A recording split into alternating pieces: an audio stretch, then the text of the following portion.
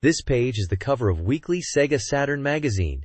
It's from spring '97 and highlights the latest titles announced at the Tokyo Game Show. Sonic the Hedgehog is blasting right out at you front and center, confirming that Sonic World, or Sonic Jam as it was known internationally, is a big feature. There's a bunch of other games previewed too. Sega Touring Car Championship is there, and the hotly anticipated Panzer Dragoon RPG, which we know as Panzer Dragoon Saga, outside of Japan. They also mentioned titles like Doki Doki Pretty League, Real Sound, Kaze no Regret, and Mobile Suit Gundam Z, the movie. Looking down the right side, they're teasing articles on Scud Race, Magical Hoppers, Command and Conquer, and a Samurai Spirits title, which would be Samurai Showdown 2 Wine, Blades of Blood for us. Finally, there's a mention of King of the Spirits 2, a sequel to another Saturn title. The magazine is priced at 390 yen and dated April 25th, 1997. It's definitely a packed issue with all the latest Saturn scoops from the Spring Game Show. This page is an advertisement for the rather unique Sega Saturn game, Real Sound, Kaze no Regret. It's being touted as a groundbreaking, visualist game and an interactive story that is played entirely through sound. Promising a new sensory experience, the ad announces its release in the summer of '97 for the Sega Saturn, priced at 6,400 yen for a 3 Candelas set. The page also lists the key staff members involved in the game's creation, including Ino Kenji as the director and planner, Sakamoto Yuji for the script, and Suzuki Keiichi for the music. Voice acting is credited to Kashiwabara Takashi, Sugino Minako, and Shinohara Ryoko. The developer and publisher for Real Sound is listed as Warp Inc., known for pushing boundaries in game design. It definitely looks like they are aiming to deliver a truly original and immersive audio-based gaming experience on the Saturn.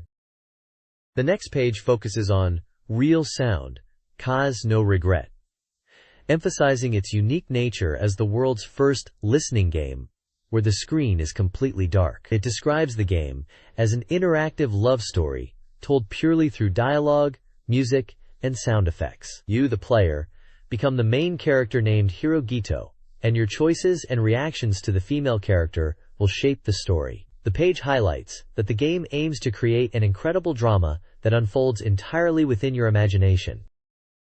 This page showcases Magical Drop, highlighting it as the Toratate Zuban Gao, or freshly picked increased edition. It's an advert for a new release in the Magical Drop series, likely for the Sega Saturn, as indicated by the logo in the top left corner. The page is filled with the colorful and quirky characters from the game. It mentions different game modes visually represented by speech bubbles, including Versus Mode, Sugoroku Mode, which looks like a board game mode, Endless Mode, and Story Mode. The screenshots give a glimpse into each mode. At the bottom, there's a release date of June 1997 and a price of 5,800 yen. The publisher is listed as Data East. The text at the bottom promotes the game as the essence of life.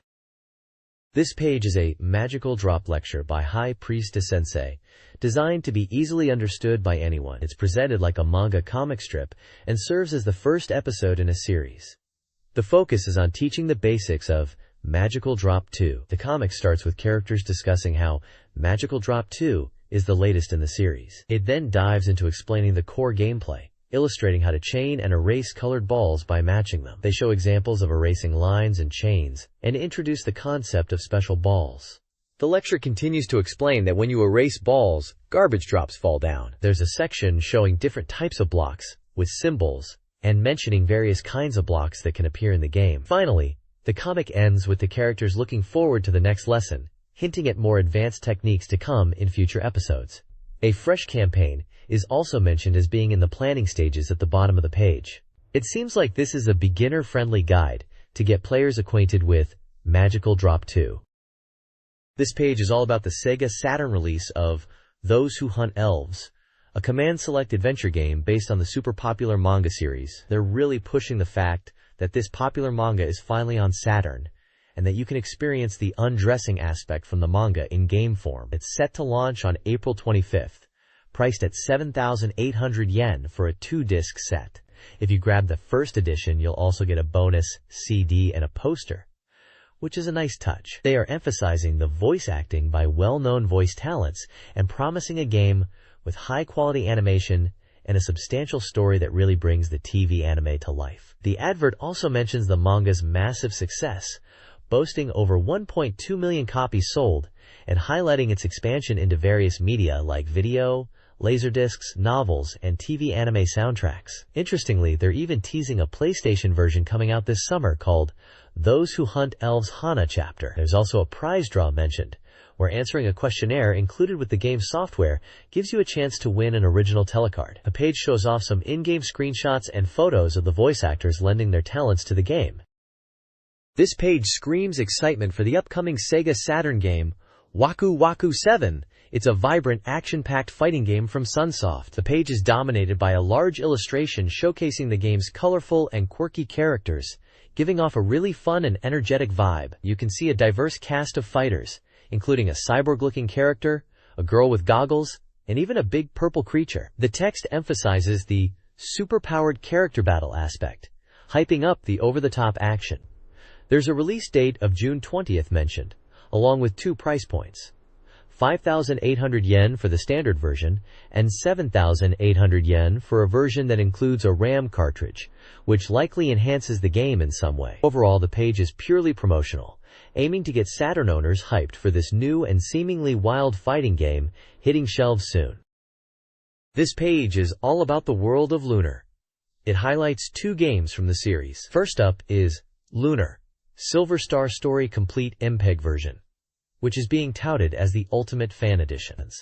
It's designed specifically for the Sega Saturn and makes use of the movie card to deliver full animation and voiced scenes, completely recorded. This premium edition is set to arrive in late May for 6,800 yen, plus tax. The page also shines a spotlight on Magical School Lunar, boasting that the world of Lunar has become its stage for a super fun Magical School RPG, cranked up to 200% enjoyment. It seems to be packed with animated event scenes and features exciting combined magic gameplay. Magical School Lunar is expected to launch this summer, also priced at 6,800 yen, excluding tax. Both games are definitely looking to expand the Lunar universe on the Sega Saturn. This page advertises a K-drama image collection called Red Horned Hood by the renowned CG illustrator Kazuhiko Suzuki. This 2-disc set is presented as a digital art collection, featuring original full-color illustrations by Suzuki. It seems to be quite a premium product, aiming to bring his book illustrations into a digital format and include newly drawn CG artwork. The advertisement also mentions a substantial audio drama component, exceeding 120 minutes in length, and featuring a large orchestra soundtrack.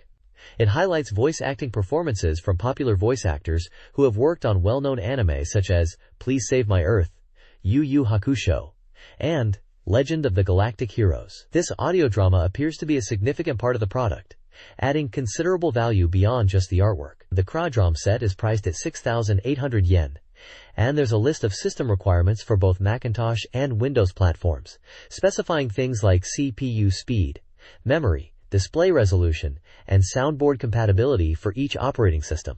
It's clearly designed for multimedia cyclics of the era, focusing on delivering high-quality digital art and audio content. This page is dedicated to the Sega Saturn game Kakusei, or Underclassmen in English, from the renowned developer Elf. Looking at the scattered images, it's clear this is a romance-themed game, featuring a cast of anime-style female characters. Hearts pounding is the tagline, and it perfectly captures the game's focus. Naturally, it's for the Sega Saturn console. Down at the bottom, you'll see the company information for Elf. This page continues the focus on Kakusei, or Underclassmen, and announces that the game is on sale from April 25th, 1997, which was a Friday. It's highlighted in a yellow oval at the top right, stating it's a 3 Kradrom set with a suggested retail price of 7,800 yen, not including tax. The tagline, "I want to tell you," at the top of the page, probably ties into the romantic themes we saw mentioned on the previous page. We can see more screenshots from Underclassmen scattered around, showing off different female characters and scenes from the game. And down at the bottom right in a yellow box, it clearly states that this game has an age rating, restricted to players 18 years and older, so definitely an adult title from Elf there.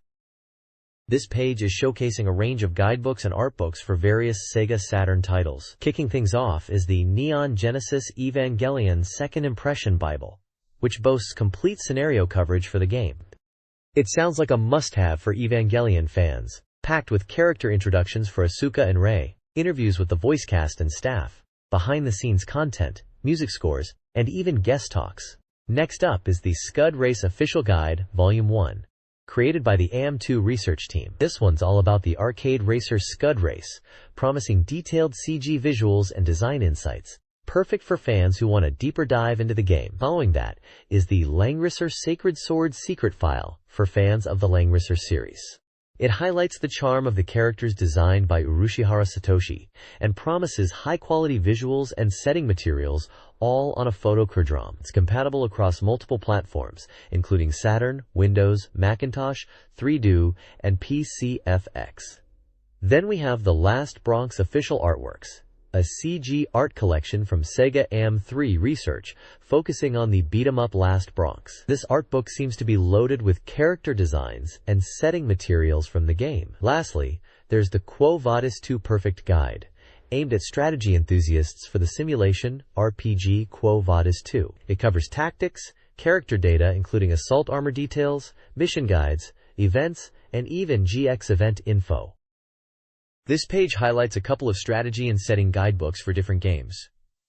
First up is the Can Can Bunny Premiere 2 Strategy and Setting Data Collections.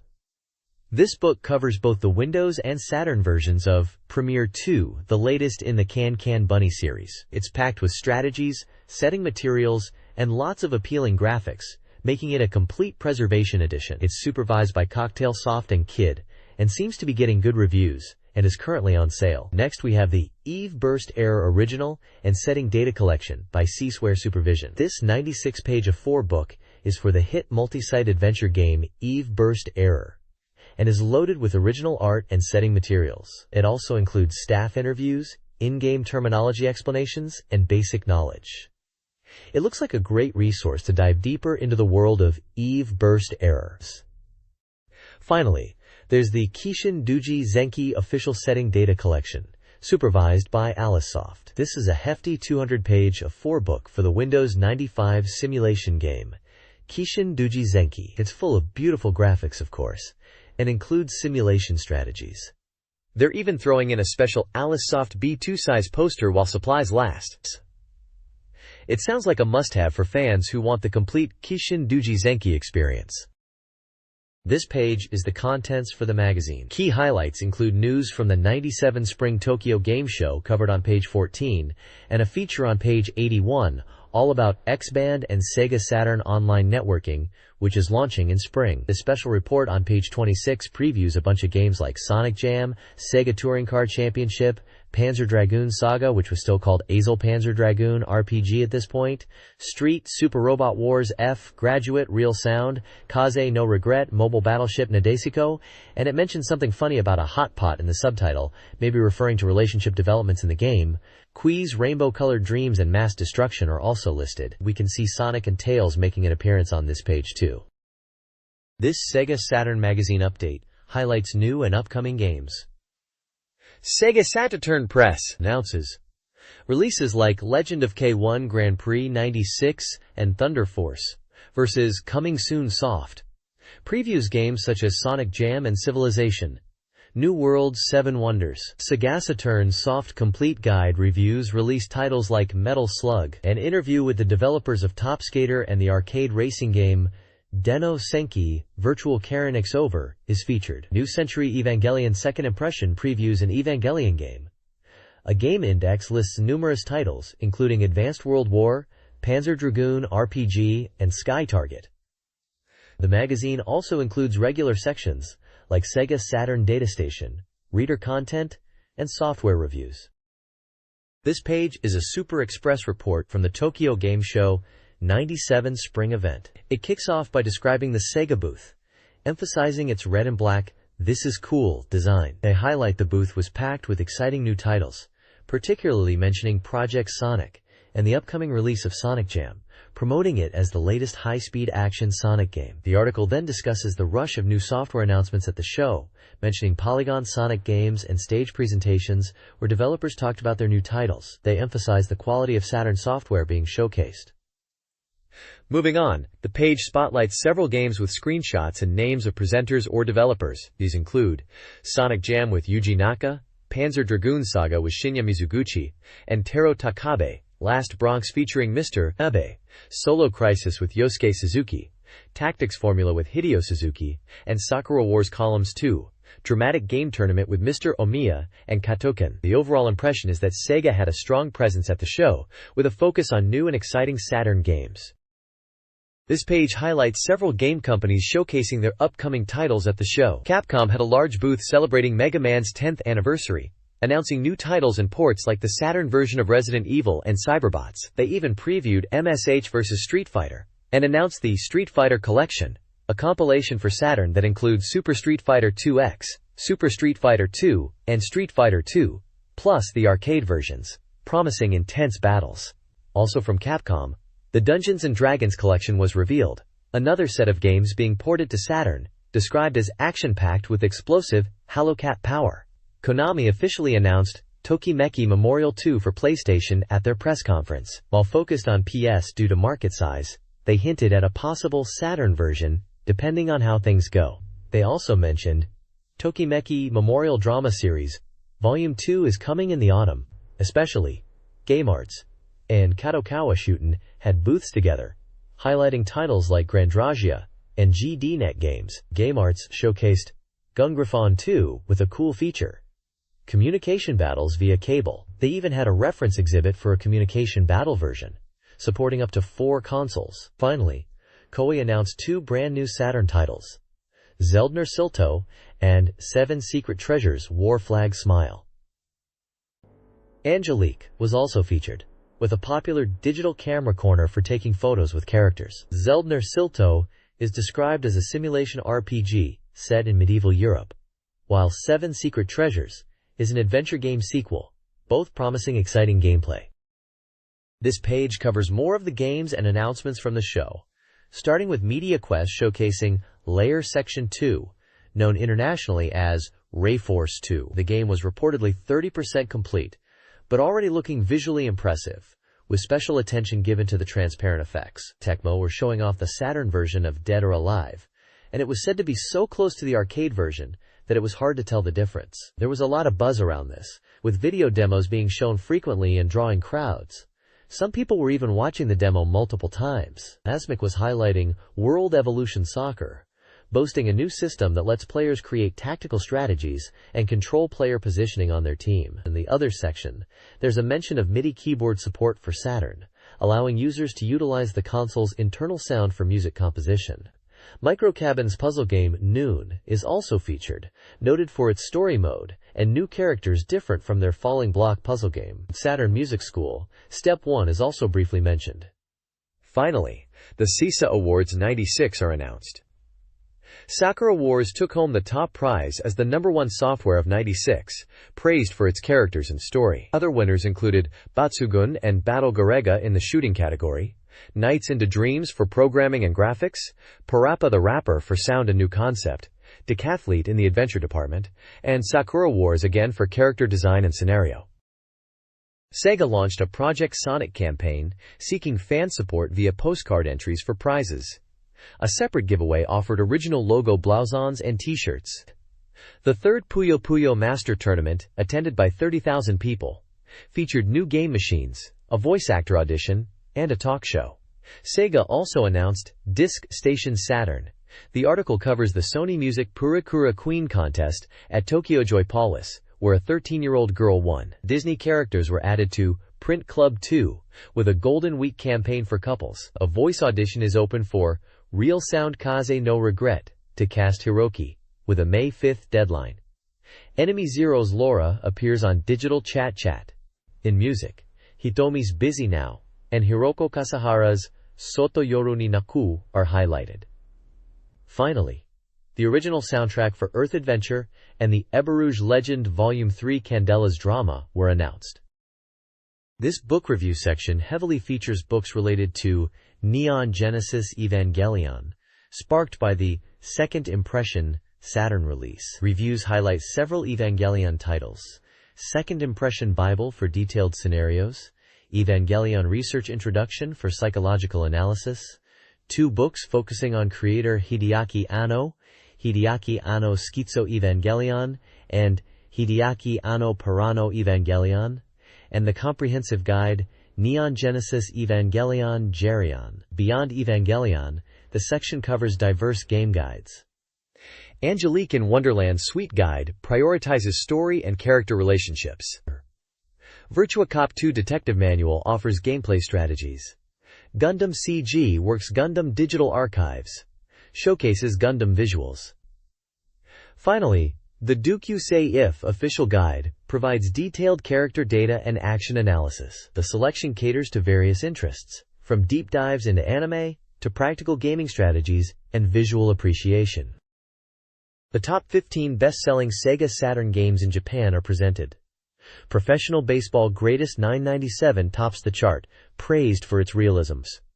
Sakura Wars Columns and Cyberbots Full Metal Madness take second and third place respectively. Other notable titles include Tokimeki Memorial Selection, Fujisaki Shiori, Neon Genesis Evangelion Second Impression, Advanced World War, Millennium Empire no Marioku, and Neon Genesis Evangelion New Package. Rounding out the top 15 are Einhander, J-League Victory Goal 97, Puyo Puyo Sun, Mobile Suit Gundam Side Story 2i, The Conveni, Take Over That Town, Dragon Master Silk, Puzzle Bobble 3, and Graduation. The list provides a glimpse into the diverse game genres popular on the Saturn at the time, with a mix of sports, puzzle, fighting, simulation, and adventure games.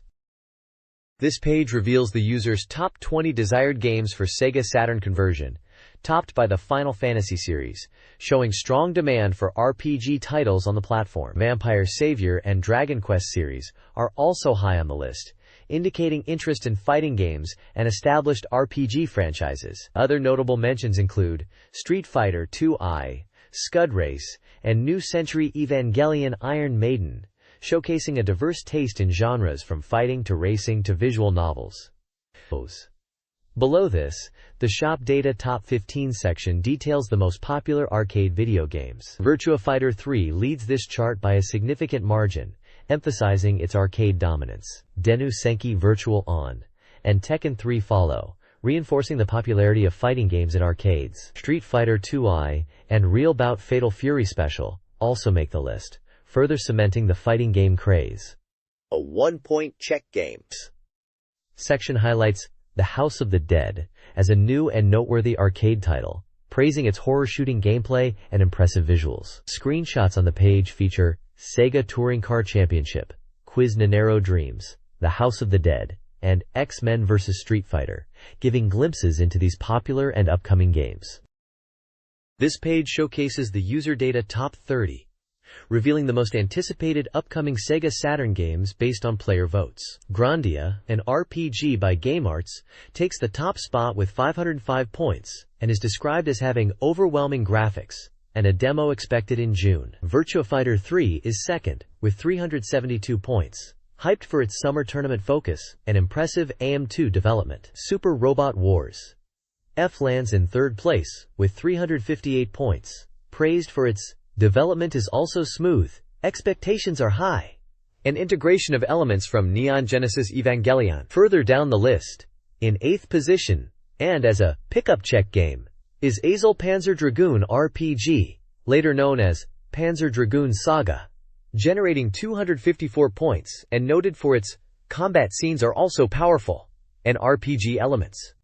Sonic Jam is featured in the Coming Soon section, with a 90% development progress and anticipation for bringing Sega's Hero Sonic to the Saturn. The page lists games ranking from 4th to 29th, including titles like Batsugun, Biohazard 2, Resident Evil 2, Slayers Royal 2, X-Men vs. Street Fighter, Last Bronx, and Lunar Eternal Blue, among others.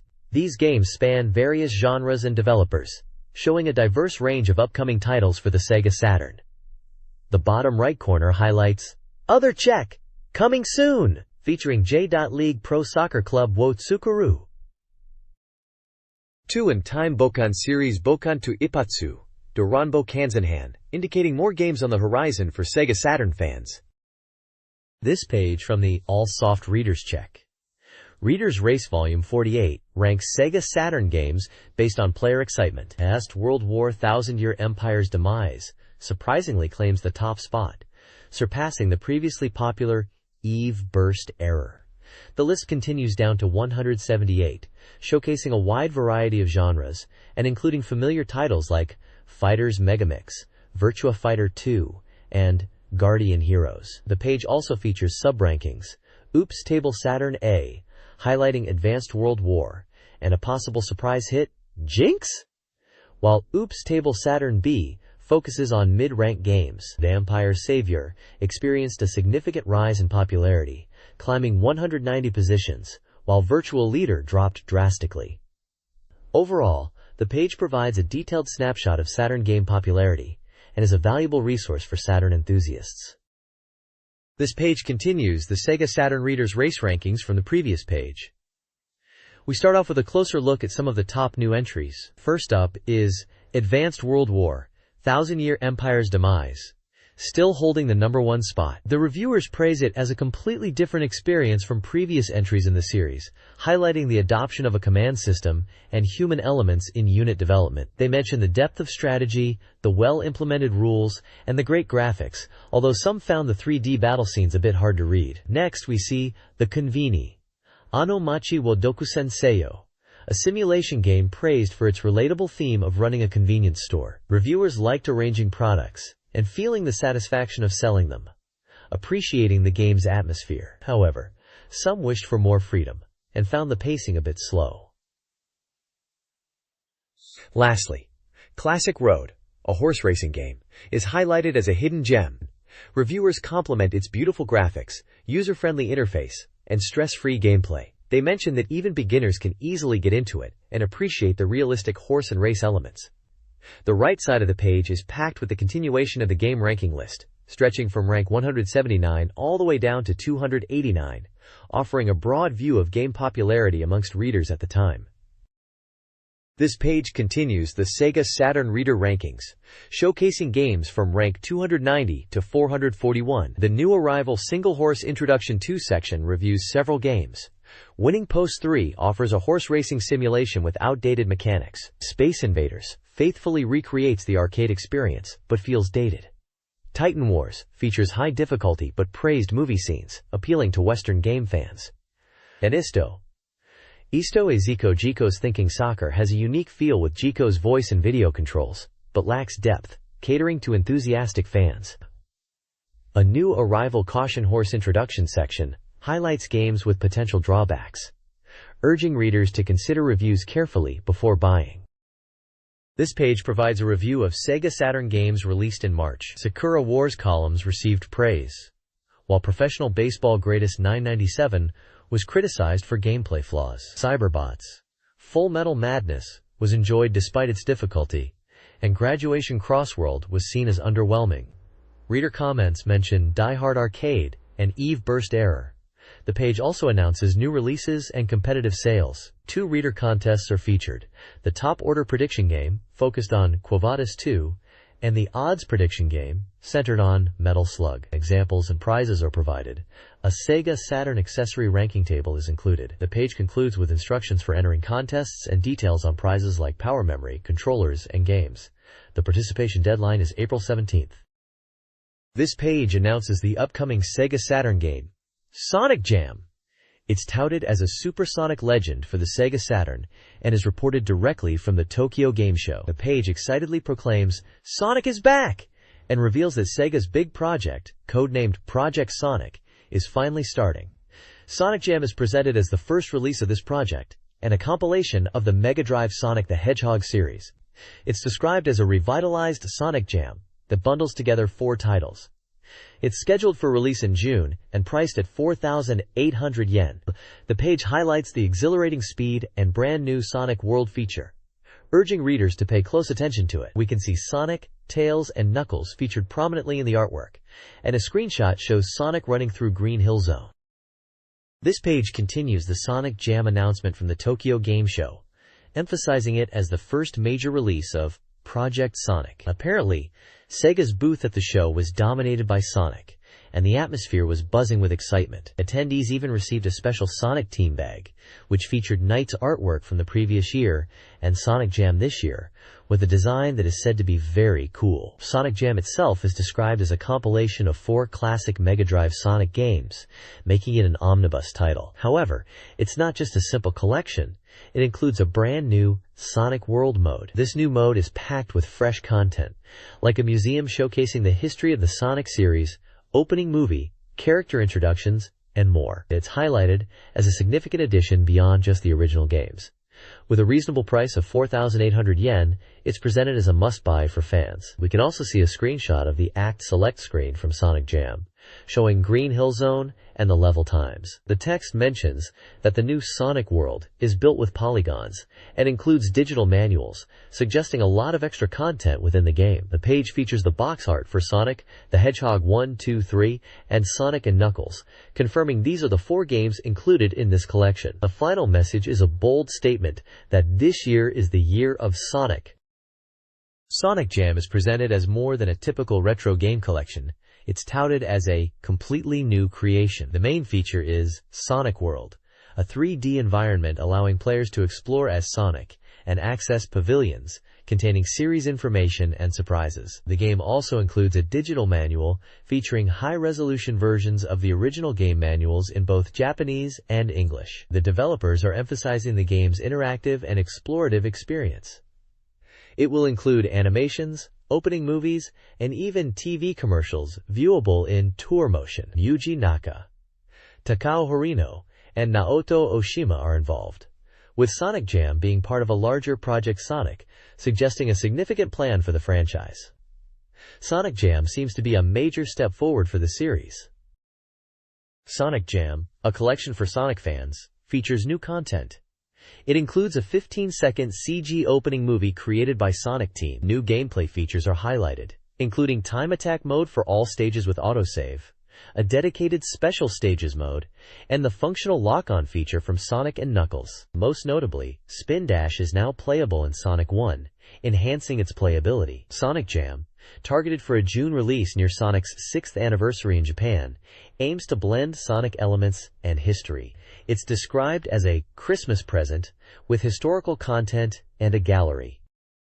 This is Sonic's Roots, describes Sonic Jam for Sega Saturn, a compilation of the original Sonic the Hedgehog games. It focuses on the first 2 titles, Sonic the Hedgehog, 1991, emphasizing its iconic gameplay, music, and enhanced spin dash, and Sonic the Hedgehog 2, 1992, which introduced Tails, 2-player modes, and 3D special stages. The game also includes lock-on bonus stages, unlocked by linking Sonic and Knuckles cartridges. These stages offered thousands of patterns in Sonic 1 and allowed you to play through Sonic 2 as Knuckles. The page concludes with developer comments, highlighting the inclusion of all Sonic content up to that point, new CG footage, and the availability of in-game manuals. The developers express their desire for players to enjoy the collection and hint at potential future expansions.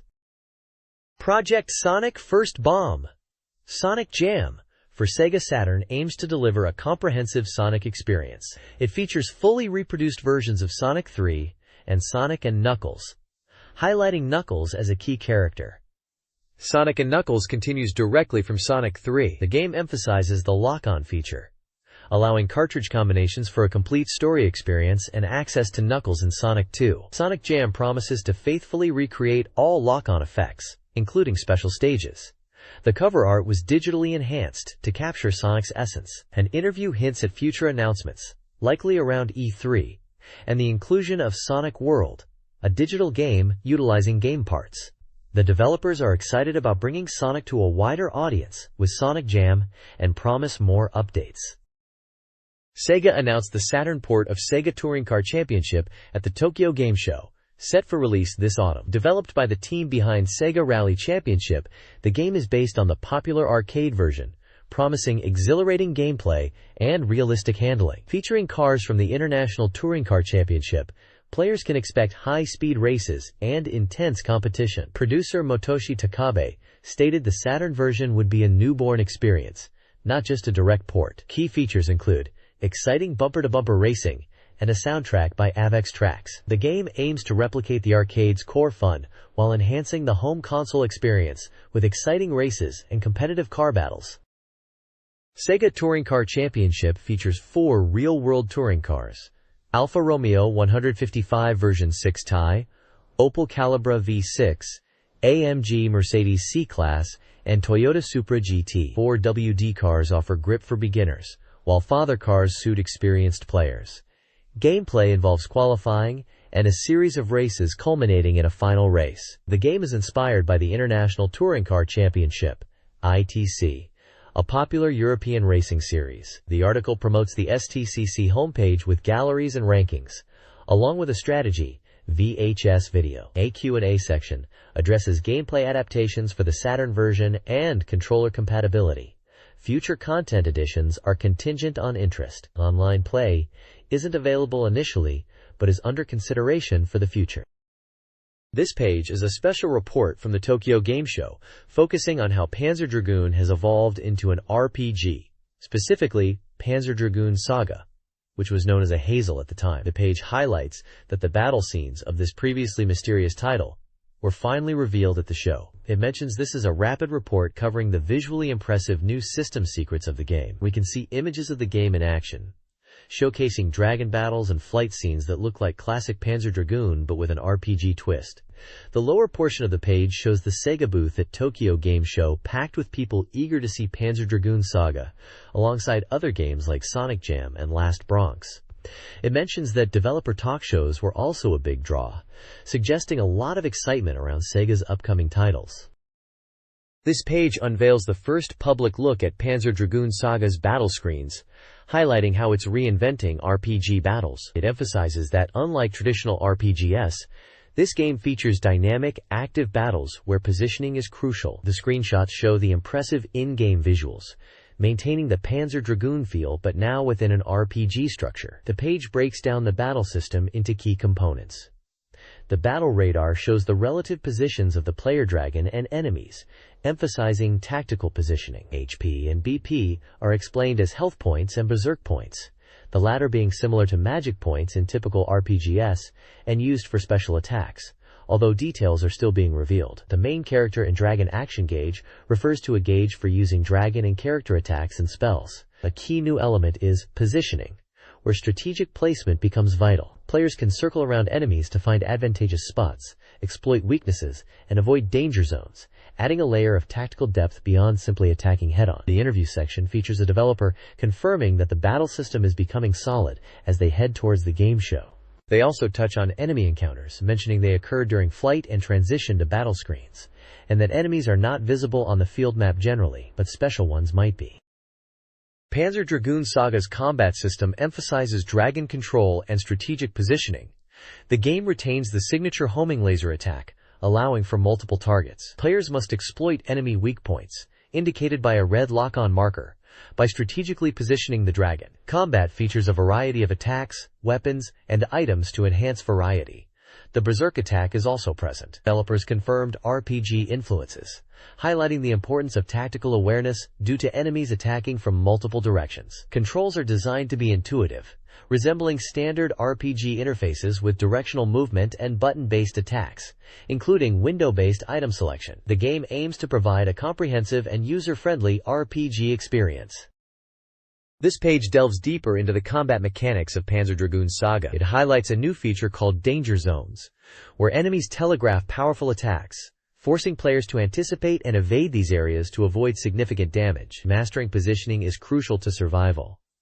The page also discusses the protagonist's sword as a combat option, distinct from the dragon's homing lasers. It mentions that the sword's functionality will be different from previous Panzer Dragoon titles, hinting at potential transformations or weapon variations. Another key feature revealed is dynamic screen size changes during battles. The screen will switch to a cinematic widescreen format during intense attack sequences, aiming to heighten the drama and immersive experience, making it feel more movie-like. The developers mention this is intended to captivate players and showcase the power of attacks. Lastly, the page touches upon the RPG elements, mentioning that there will be collectible items in Panzer Dragoon's Saga, appealing to players who enjoy item collections. Despite the depth of gameplay and cinematic presentation, the controls are promised to be simple and intuitive. The overall impression is that the development team is focused on creating an impactful and easily accessible RPG experience. This page reports on the Tokyo Game Show, where Chunsoft showcased their upcoming game, Machi, at a booth designed to look like Shibuya Senerga. The booth was quite elaborate, even featuring a Purikura photo booth as part of a campaign. The game Machi is described as a popular title-generating buzz for its summer release. Apparently, the game show marked the first time general users could see live gameplay footage, and it was a big draw, with crowds gathering to watch videos showcasing the new game. The article highlights that the Shibuya Senergai booth, complete with an arch and building facades mimicking the area, even had a Purikura booth set up inside. The game's characters and scenarios are being revealed bit by bit, and Chunsoft's booth offered a chance to experience this in a very immersive way. They mentioned the main characters introduced so far, including Amemiya Kima, Ushio Masami, and Ichikawa Fumiaki, who are featured in video footage being shown. The Purikura campaign was also popular, allowing attendees to take photos. It sounds like Chunsoft was really making a splash at the game show with Makari. They also mentioned limited edition clear file folders and CD sets being available. This page continues the report on Chunsoft's Machi game from the Tokyo Game Show, focusing on their unique Purikura Extra campaign. They are actually incorporating Purikura photos, those fun photo booth pictures, into the game itself. The idea is that photos taken by attendees at their Shibuya Senergai booth can be submitted and potentially used as faces of background characters or extras within the game Machi. They show examples of how it works, demonstrating how players' faces from Purikura photos are seamlessly swapped onto in-game characters, creating a funny and personalized experience. The article highlights the appeal of seeing yourself or your friends within the game world. The page also offers tips for those wanting to participate in the campaign and get their photos selected. They advise people to make interesting facial expressions, as they want variety in the game. There's even a practical tip about using tape to ensure the photos stay securely attached when submitting them. Interestingly, they mention that they especially welcome applications from older people, indicating they want a diverse range of faces in the game. Finally, at the bottom, they give instructions on how to apply using official postcards available at the booth, including where to send them and what details to include, like address and phone number, emphasizing the application deadline of May 10th. This page shines the spotlight on one of the main characters from the game Machi, a detective named Kima Amemiya. He's described as an otaku detective who works at the Shibuya Central Station. Apparently he's quite skilled at games, even known as White Crow in game centers. The article delves into Kima's character, highlighting his unique approach to detective work, which involves using digital media and computers. It seems he's not your typical hardened detective, but more of a new type detective who leverages digital tools. The scenario being discussed focuses on a case where Kima confronts a criminal who uses digital media. A key theme seems to be the difficulty in understanding the benefits of computer communication and the potential for connections even among people who don't meet face-to-face. There are also snippets of dialogue from the game, hinting at conversations and interactions within the storyline, and screenshots showing Kima in various in-game scenes, further illustrating his character and the game's atmosphere. It emphasizes that Kima is a detective unlike typical portrayals, using digital tools and communication in his investigations, which sets him apart. This page is all about the latest scoop on Super Robot Taisen F, the highly anticipated Super Robot Wars series game for Saturn. It's presented as a major feature, with an interview with the development producer, Mr. Terada. The article boasts about showcasing brand new screenshots and getting the inside track on the game systems directly from Terada-san himself. It mentions this is the definitive edition of the Super Robot Wars F series, which fans are eagerly awaiting. We get to see two types of screenshots: battle scenes and map screens. The battle screens are improved from previous reveals, now featuring character dialogue during combat. Map screens show characters placed strategically on a city map, The article highlights that development is progressing smoothly, reaching 30% completion. For those wanting more details on the development status, they recommend reading the producer interview on the next page. Game details mentioned include a release date of July 25th, a price of 6,800 yen, and the genre being a simulation RPG suitable for all ages. Overall, the page serves as an exciting preview, emphasizing the improvements and fresh information about Super Robot Taisen F. Producer Terada of Banpresto discusses the development of Super Robot Taisen F, which began after the Masu Kishin Super Famicom game. The game aims for improved visuals and incorporates fan feedback, including the return of popular mechs like Ideon. F will surpass 4th Super Robot Wars, with enhanced sound and battle speed, and feature character balancing, even with powerful units. The protagonist system is returning, with a potential miracle effect tied to birthdays. Screenshots showcase battles, including the 4th Angel Sakiel. The interview hints at more details, including potential branching storylines. Terakura Vuda, alongside Mr. Sakata, provides behind-the-scenes insights, with the game still in development. Banpresto producer Terada discusses Super Robot Taisen Fry, aiming for a fresh experience while retaining fan favorites. Voice acting and character interactions are heavily emphasized, promising unique dialogue and potentially surprising story branching. Despite being developed for a single CD, balancing content quality and data optimization is key, particularly with voice data integration. The return to SD character designs is a creative decision tied to the established Fourth War universe. While acknowledging the impact of previous editions, the team is incorporating fan feedback and promising a major power-up, including enhanced sound and personalized character voices. The updated UI and battle scenes shown in screenshots further hint at significant improvements. This page explores the virtual town of Futsukimachi from the adult adventure game, Kakusei. The town features diverse locations like shops, karaoke, and love hotels, though a high school student's access is restricted. A quick mode is introduced, allowing players to swiftly navigate the map by selecting destinations, streamlining exploration. A key location is the Café Dokashita, offering part-time work. Players can work there, often serving customers drawn by Misa Sumeragi. The cafe's master readily offers employment. The article also teases other short-term job opportunities within Futsukimachi, promising varied pay and potentially challenging tasks, like a strange person search, paying a substantial amount, with a humorous warning about the physical demands of some jobs. The Futsukimachi town map in Kakusei details locations accessible within the game, where time passes, influencing shop availability. Key spots include the station, hospital, game center, and various shops. 2 key locations for dating are highlighted. Flower shop Kadoguya is where the heroine, Makoto Segusa, works, and the player must visit the shop to meet her. It's presented as a charming place, with flower purchases, a suggested way to get to know her. Fancy shop Daichusho is the place to buy gifts, with a variety of charming items available. The game stresses the importance of considering a girl's preferences over simply buying expensive gifts. Finally, Futsukimachi Station is presented as a popular meeting spot and accessible via train from Kirameki Town. This guide explores dating locations in Kakusei's Ugetsumachi Town. The garden pool is the prime summer spot, essential for pursuing certain characters. The art museum offers a calm, free date location, ideal for art-loving girls. The library attracts bookish characters. Local businesses also offer dating opportunities. Befriend Maki at the Edome Fish Shop. The Rising Mansion houses beautiful women. The Town General Hospital is a potential visit spot, but don't overdo it. Quirky shops include the bookstore Standing Reading Girl, run by a suspicious old man, and the drugstore Speed. The nature of the Purusera shop Dozerpist, a potential used lingerie shop, is left ambiguous. Character quotes add flavor to the locations, highlighting the town's diverse atmosphere. This guide explores dating locations in Kakusei's Ugetsumachi.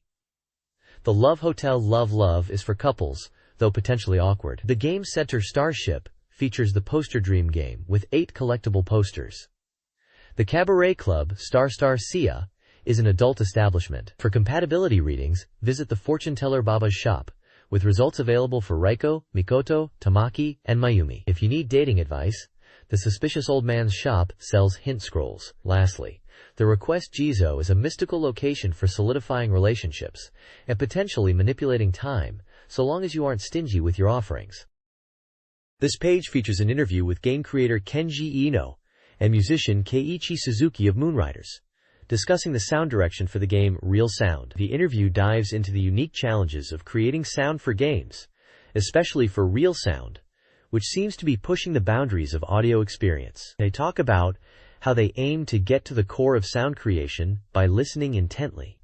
Suzuki mentions his experience working on Earthbound 2 previously, and how game sound creation is different from just composing music. There's also a special report section announcing details for the game Real Sound, mentioning it's an adventure game scheduled for summer release, priced at 6,400 yen and coming on 3 discs. It looks like Real Sound is being positioned as a pretty innovative title, with a strong focus on its audio. The next page continues the interview with Suzuki from Moonriders, and he's diving deeper into the digital versus analog sound debate. He makes a really interesting point, that deterioration in digital sound isn't necessarily a bad thing.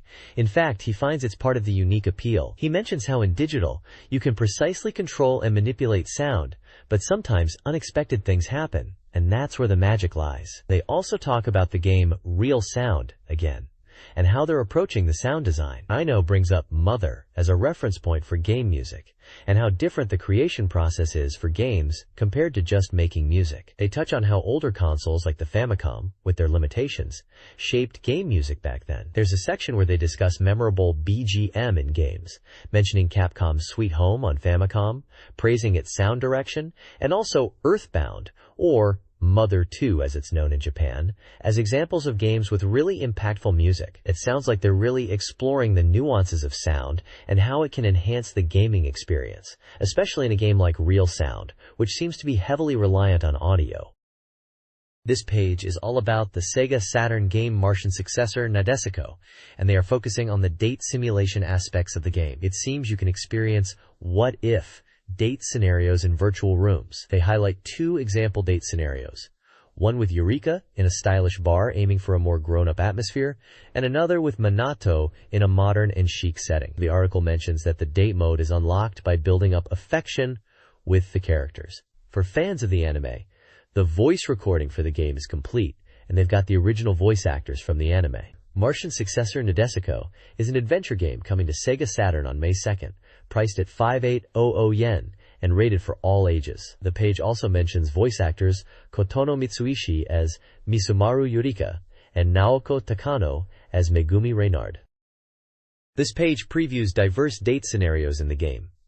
Ryoko's date involves a trolley escape from pursuers, while Hikaru's features a cliff rescue. Izumi's park date takes a surprising turn with a pond incident. Irina's scenario presents a tutoring session, and Ruri's is a theater group setting focused on a senpai dynamic. Megumi's event suggests non-date activities. The page also confirms voice actor involvement, including Okamoto Mayumi and Minami Omi. The scenarios promise a range of experiences, from action and adventure to more intimate or humorous encounters, emphasizing the game's date simulation aspect. Nanero Dreams, Rainbow Town Miracle, is a love adventure game coming to the Saturn in June. The game's core concept is, love's power will save the Earth. The player, as the hero, must find scattered crystals in Rainbow Town to prevent the revival of a demon king within 6 months. The player will encounter characters like Megumi Morisawa, a kind and beautiful 16-year-old, and Kumiko Asazaki, a sporty 17-year-old. Screenshots show in-game scenes including town settings and dialogue with fantastical characters. The game blends adventure with quizzes, a popular genre in game centers. It will be released by Capcom for 5,800 yen, promising a vibrant and romantic experience. This page showcases Nanero Dreams, Rainbow Town Miracle, a unique love-adventure quiz game where you aim to win the heart of a girl in Rainbow Town. It introduces 6 charming female characters you'll encounter in the game. First up is Momoko, the bespectacled schoolgirl who seems a bit lonely but can be playfully teasing. Then there's Yumi, the gentle and slightly clumsy schoolteacher who dislikes being called teacher. Saki is an energetic member of the Earth Defense Force, disguised as a normal girl, and popular in the arcades. Erimi is the adventurous older sister type, who's always ready to jump into action. Charlotte is a quiet princess living in a mansion, raised by a robot after a coup d'etat. Finally, Linz is a mischievous demon girl, seemingly an antagonist, but maybe just lonely and wanting to play. The game mechanics involve a roulette adventure to move around the map and trigger events with these girls. You'll also face quiz challenges from them, and answering correctly deepens your relationship, unfolding the love story. The quizzes are surprisingly diverse, covering anime, games, and even entrance exam level questions, with around 6,000 in total. Screenshots show the roulette map gameplay and a quiz scenario with Momoko, testing your baseball knowledge. It looks like a fun mix of adventure, quizzes, and dating sim elements. Mass Destruction is a tank action game developed by BMG Japan and NMS, a remake of a foreign game. It focuses on the destructive thrill of demolishing environments and structures, even residential areas, which the review playfully dubs environmental terrorism. The game features detailed environments and characters that enhance the gameplay, creating an appealing atmosphere. Players control a highly mobile amphibious tank with 8-directional movement via the D-pad and 360-degree turret rotation using the L and R buttons. The game offers 3 tank types and encourages players to strive for ace status. The isometric perspective and polygon graphics, while simple, contribute to the game's atmosphere. The core appeal lies in the realistic destruction, with satisfying explosions and crumbling objects, making it a good stress reliever. This page unveils Tokimeki Memorial Drama Series Volume 1, Rainbow-Colored Spring, a new adventure game from Konami. This special report is showcasing the newly revealed opening movie and latest details. They also announced that the protagonist for Volume 2 will be Katagiri-san, exciting news for fans. The game is part of the Tokimeki Memorial Drama Series and uses the Polygon Knots system. All 3 volumes will have opening movies, and the story is set to be a hot youth drama, featuring new characters Akisato and Kuno. Interestingly, minigames are integrated, and how well you do in them can change the story's direction. We get a glimpse of some character interactions, with dialogue snippets, featuring Ayano Kono and Rumi Yuzuki. There's also a section detailing a minigame, where you kick a soccer ball into a goal, controlled with directional buttons and a power button. Apparently, at night it turns into a training mode to hone your skills.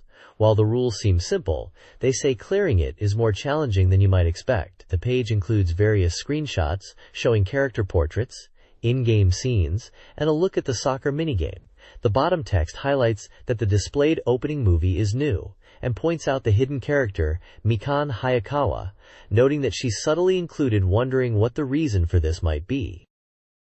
This page is all about SEGA Saturn games, split into 2 sections. The first section highlights new release titles that gamers should be checking out, and it lists games such as Legend of K1 Grand Prix 96, Dark Hunter, Crime Wave, Tactical Fighter, Photogenic, Thunder Force V, and PTO21, Pacific Theater of Operations. The second section is Coming Soon Soft, which focuses on games slated for release around April to May. This section features a wide array of titles like Mobile Suit Gundam Z, Awakening of Z, Classmates 2, Sky Target, Magical Hoppers, Command & Conquer, Samurai Showdown RPG, Touge King the Spirits 2, Desamon 2, Tough Truck 4x4, DXHRIRD, Game Tengoku, The Game Paradise, Casper, Sid Meier's Civilization, and Funky Head Boxers Plus. There's also an anime-style girl on the right side of the page, adding a bit of visual flair to this overview of recent and upcoming SEGA Saturn releases. This page delves deeper into the newly released SEGA Saturn title, Legend of K1 Grand Prix 96. It's hyped as the second installment in the SEC1 database series, letting players experience the intensity of K1 fighting with detailed fighter data. The page highlights several key modes. Firstly, the profile mode allows you to explore the extensive data of all 20 fighters who participated in the 96 Grand Prix, including stats like height, weight, and even their fighting style. Interestingly, the game features polygon models of these fighters, adding a visual element to the data. Next up is Grand Prix 96 mode, which lets you relive the entire 96 K1 Grand Prix tournament. You can watch movies of all 13 matches, from the entrance scenes to the knockout moments. It emphasizes the dramatic KO scenes that showcase the power of these heavyweight fighters. The appendix section mentions supplementary content such as rule explanations, video catalogs, and even footage featuring a K1 girl. Finally, there's a section dedicated to Master Ish 2, who is described as the producer of K1 and head of Saito Kaikan. It seems you can access interviews and commentary from him within the game, offering insights into Derek 1. The page concludes by promoting the game as a complete ESC1 experience for Saturn owners. This page highlights 2 new games. First up is Dark Hunter, Forest of the Lower Demons, which is presented as the second in a series of English language learning games, building on the previous title, Emit. It's designed to be an engaging way to learn English through an adventure game format. You progress by solving practice problems and experiencing action scenes with monsters. The game features English voice acting, with text that can be switched between English and Japanese, alongside tools for vocabulary learning. The second game is Crime Wave, described as a thrilling shooting driving game. Set in the futuristic, lawless city of Macau, you play as a bounty hunter tasked with stopping rampaging vehicles. The gameplay is from a top-down 3D perspective, emphasizing high-speed chases and destruction. Screenshots show the in-game view with scores, targets, and time limits. The game also features a 2-player mode and various types of cars, with the core gameplay focusing on destroying targets and outperforming rivals in pursuit and destruction within a time limit. This page introduces 2 new games. The first game is Tactical Fighter, a martial arts training simulation where you raise a young girl to become the strongest fighter. The story revolves around the girl trying to find her father who disappeared. And to do this, she aims to win the Grand Prix fighting tournament. To become strong, she needs training, which costs money, so you'll have to manage part-time jobs to fund her training regime. There are various types of part-time jobs available, some quite unusual, like being a dancer. The training itself is scheduled weekly and includes activities ranging from basic exercises like swimming and jogging to more intense machine training. Events can occur to further enhance her training options. The second game highlighted is Photogenic, a communication game where you interact with girls through photography. You play as a photographer for a magazine and are tasked by the editor to feature a girl in a photo contest. The game revolves around communicating with 3 girls across different seasons and locations like the sea and mountains, capturing their best moments with your camera. You need to understand what kind of photos they want to take to create appealing shots. The game promises varied event scenes and seasonal changes that influence the photography.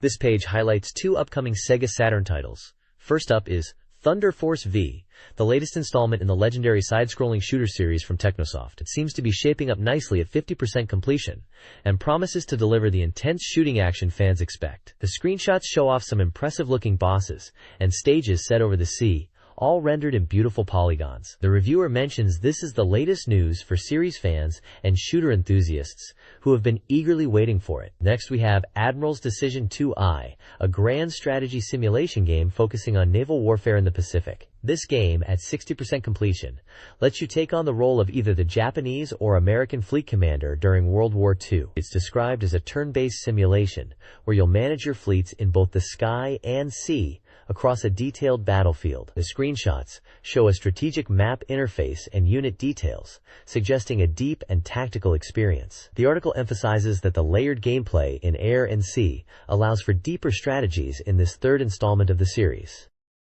This page dives into the exciting world of internet and network gaming, which is clearly a hot topic back in the day. The article talks about how network battles are becoming a big thing, even though the idea itself is actually quite old, dating back to mainframe computers. They mention that finding network games online is becoming easier, especially for Macintosh users, with a lot of free or shareware options available. A key example highlighted is Air Warrior, a 3D combat flight simulator where you can battle it out online. The screenshots show some intense dogfights and in-game interfaces, emphasizing the realistic combat and chat features for talking to your opponents. The article also mentions classic games like chess, checkers, and backgammon making their way online. They even showcase Game Master, which looks like a suite of these classic games you can play over the internet. They specifically mention Fibs, the first internet backgammon server, as an example. It seems the reviewer thinks that while these games might seem simple, the fact you can play them against others online is a big deal and a sign of things to come. Essentially, the internet is being presented as the ultimate place for network gaming. The next page takes a bit of a turn, moving away from games and diving into the world of movie trailers. It seems to be an interview with Mr. Yasui from Matsutake Fuji Company, who is a theater trailer production manager. The article talks about how movie trailers are crucial for getting people into cinemas and supporting the film industry. They discuss Mr. Yasui's role in deciding the advertising strategy for movies, particularly foreign ones. He mentions that sometimes they have to create trailers with very limited materials, like just the trailer itself or some stills and text. He also talks about how American trailers are often used as a starting point for Japanese trailers, but they sometimes need to be adapted for the Japanese audience. There's a specific example of the trailer for The English Patient being discussed. They mention how the trailer focused on the love story aspect of the film. Interestingly, Naomo's talk at the bottom seems to be a commentary on the content of the magazine itself, with some references to other parts of the publication. It seems like this page provides a behind-the-scenes look at the movie trailer creation process in Japan during the 90s, which is quite different from the gaming focus we usually see. The game industry's strength lies in its creative collaboration and technological advancement. This piece profiles key contributors, illustrating the diverse roles that shape games. Suzuki Kenichi highlights the collaborative nature of game sound creation, while Itano Ichiro brings animation expertise. Tobishima Akio emphasizes games' potential for unique expression, creating something new. Urasawa Yoshiho focuses on script writing, with his words directly shaping in-game content.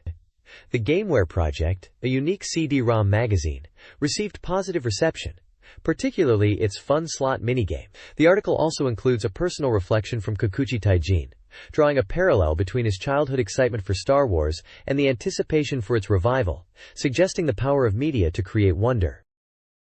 This page of SEGA magazine is packed with exciting news for Saturn fans. The main headline screams about SEGA Saturn's counterattack and delves into the mysterious AM6 Research Institute, questioning if they are involved in a metal game counterattack. This sounds intriguing, possibly hinting at a new genre or direction for SEGA on the Saturn platform, maybe even arcade-style experiences with a unique twist. Under the Saturn Express banner, it's announced that new games are on the way, and get this, Sonic is coming to Saturn. This is huge news, and definitely something fans would be excited about. There's also a special feature called Road to Sega Ages, which seems to be a look back at Sega arcade history through game flyers. This installment focuses on SDI, or Strategic Defense Initiative, from 1987, a classic arcade title. Finally, a list of new and continuing game titles is revealed, and it's a strong lineup. We've got Top Skater, Virtua Striker 2, Scud Race Twin, and The House of the Dead. These are all fantastic games across different genres, showing the diverse and strong game library building up for the Saturn. The page's imagery features a horse racing scene, which might tie into the metal game theme of the main article. This week's issue features reader submissions and various gaming-related content. Games This Week reflects on seasonal changes in gaming habits, discussing nostalgic titles like Real Bout Fatal Fury and Fighter's History Dynamite. Target focuses on a reader's confusion regarding Decathlete and their friends' Saturn game recommendations. Recently highlights a reader's eye-strain concerns from late-night gaming on Mega Drive and Mega CD2. Kids Corner shares a humorous arcade experience with Scud Race. This week's SMAP presents a comical parody character. Finally, Recently tells a light-hearted school anecdote about mistaken identity and international relations. The issue concludes with images of Wizards Harmony, a girls-only game development group. The Saturn Users Conference 97 section presents reader opinions on various game-related topics. One reader criticizes arcade cleanliness and advocates for improved hygiene. Another anticipates real sound in games, seeking immersive audio experiences. A third questions the overuse of movie-like expression in reviews, emphasizing games' unique interactive qualities. A baseball fan desires more detailed player data and yearly roster updates in baseball titles. The This Week Street Story reports on Chunsoft's Machi, awarding it a first ride prize. Finally, a reader highly recommends Tactics Ogre for its deep gameplay and strategic elements, a must-play title, particularly on the Super Famicom. This publication showcases reader contributions and various magazine segments. Industry Detective Club clarifies submission guidelines for the Saturn User Conference, advocating for concise postcards. The Felt Tip Pen Consultation Corner calls for creative game character illustrations accepting 2 postcards for submissions. Excellent Strategy Guide Methods explores inventive gameplay strategies using in-game items, with a reader example focusing on using store posters. Planning Store Bachan launches a segment soliciting Saturn game planning ideas, welcoming diverse concepts.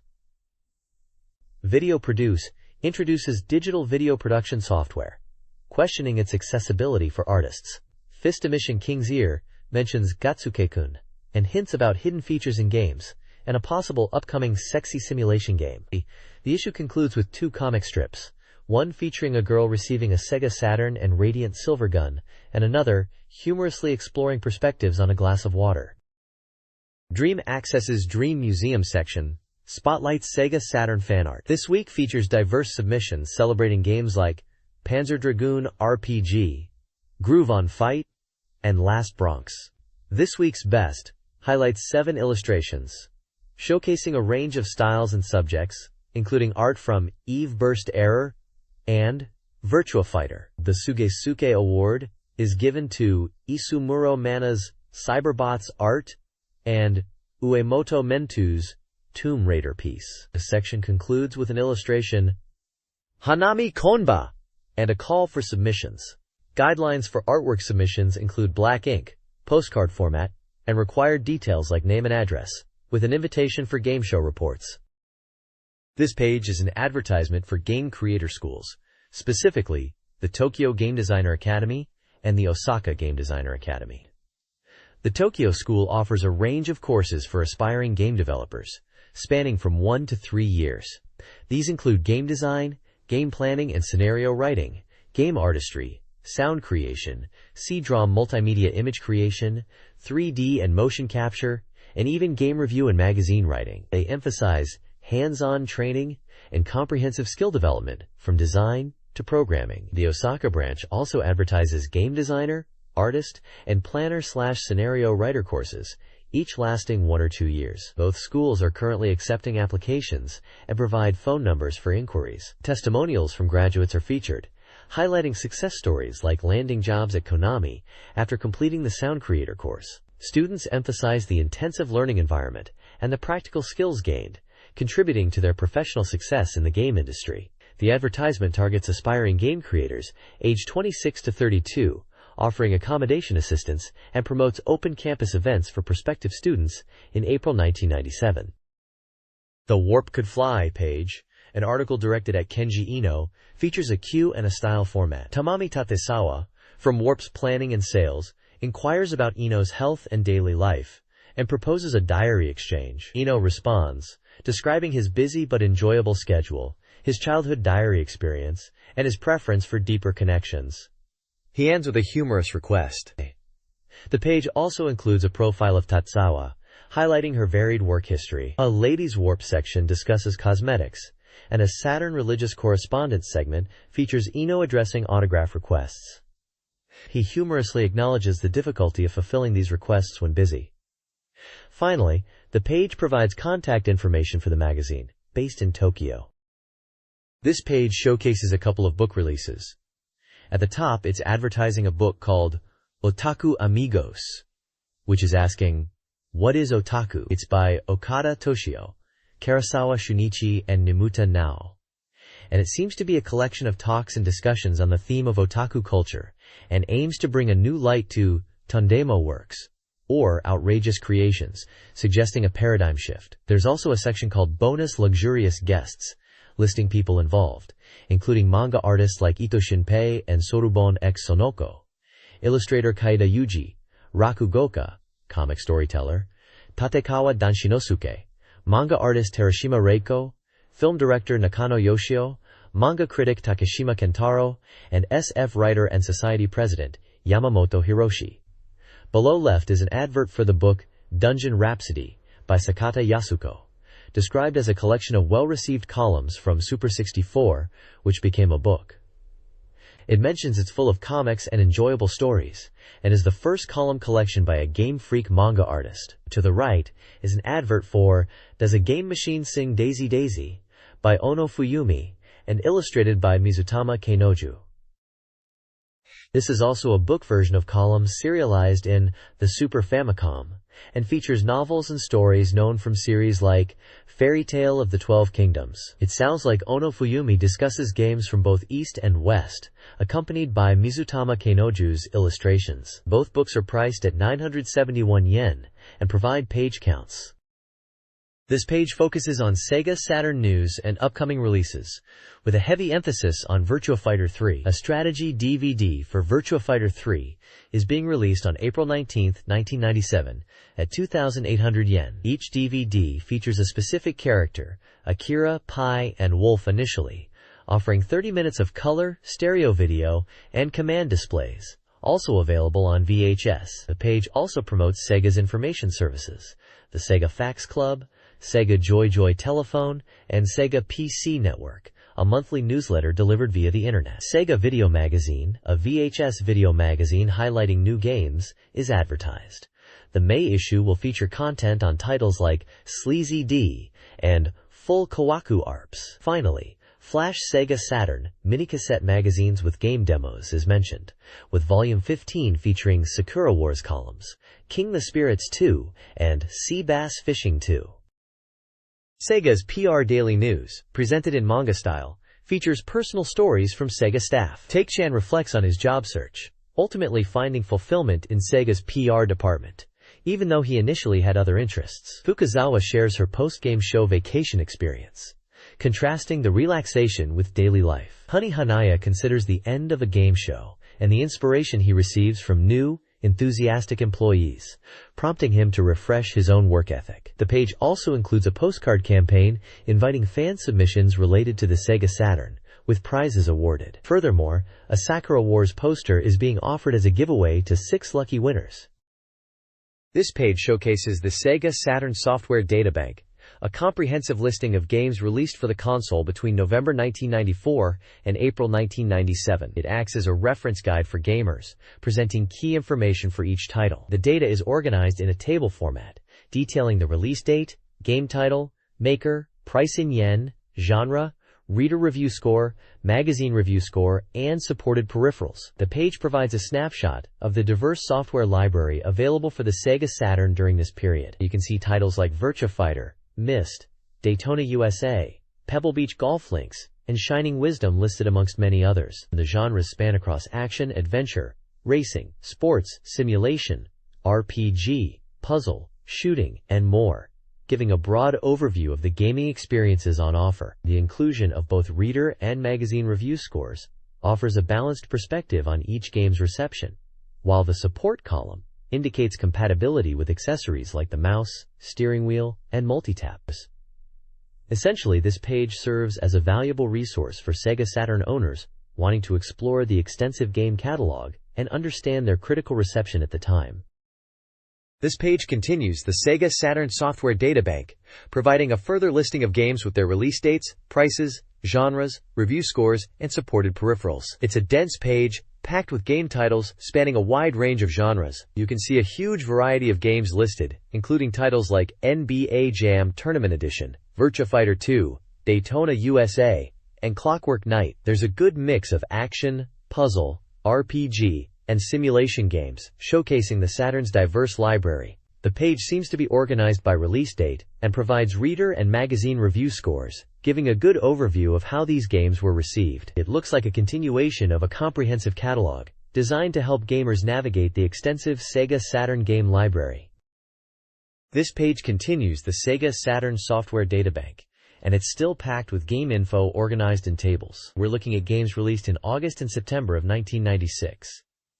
There's a huge list of titles here, including some classics and more obscure Japanese games. For August, you've got titles like Darius 2, the intense shooter Hyperduel, Night Striker S, Rise of the Robots 2, and Strikers 1945 for shoot-'em-up fans. There's also The Making of Nightruth, and Wipeout for racing fans, and Saturn Bomberman for party fun.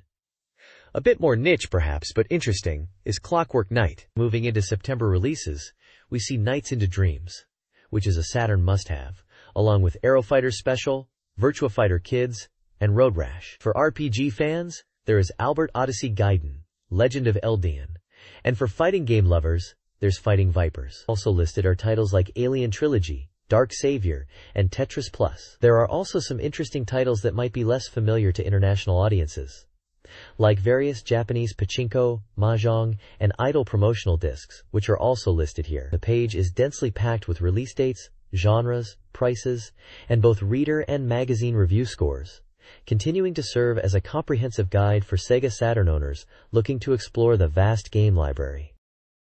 This page continues the Sega Saturn software databank, still giving us a massive list of games, now heading into releases from October 1996 all the way through to March 1997. It's really a treasure trove of Saturn titles here. For October releases, we see big names like Daytona USA Circuit Edition, Tomb Raider, and for fighting game fans, Fighting Illusion ESC-1 Grand Prix is listed. November brings us titles like Fighters Mega Mix and Panzer Dragoon 2 Zwei, which are absolute classics. There's also Digital Dance Mix if you're into rhythm games, alongside more niche Japanese titles like Kyun Kyun Bani and Shining the Holy Ark. Street Racer Extra and Virtualon are listed as well, showing a good mix of genres. Moving into the new year, January and February 1997 shows games like Deep Fear and Guardian Heroes. And in March, there's Super Puzzle Fighter 2X, Space Invaders, Elevator Action Returns, Cleopatra Fortune, Sakura Wars, Die Hard Trilogy, Bug 2, and Area 51. The page is packed with all sorts of data, including release dates, prices, genres, and both reader and magazine review scores, continuing as a really detailed guide for Saturn game collectors and players. It's quite the catalog of games here, covering a wide range of tastes. This page continues the databank index, giving us a huge list of Sega Saturn games organized alphabetically in Japanese. It looks like it's still covering that same period, roughly late 1996 and early 1997, as we are seeing a lot of familiar titles mixed in. Looking through the A section, we see titles like Arthur and Astrotar's Riddle World, Earthworm Jim 2, Idol Janshi Tsuchipai Games, Aquazone, and Alien Trilogy. The K section features Gundam Games, QQ Bani, King of Boxing, Galaxy Force 2, Gal's Pan Access, and Quantum Gate I. Moving to the ES section, we've got SimCity 2000, Shining Wisdom, Shining the Holy Ark, Shanghai Great Moments, Shutoku Battle 97, Shinseiki Evangelion, Steam Gear MASH, Steep Slope Sliders, Street Fighter 0 and 02, Space Invaders, Special Gift Pack, Spot Goes to Hollywood, and Saturn Bomberman.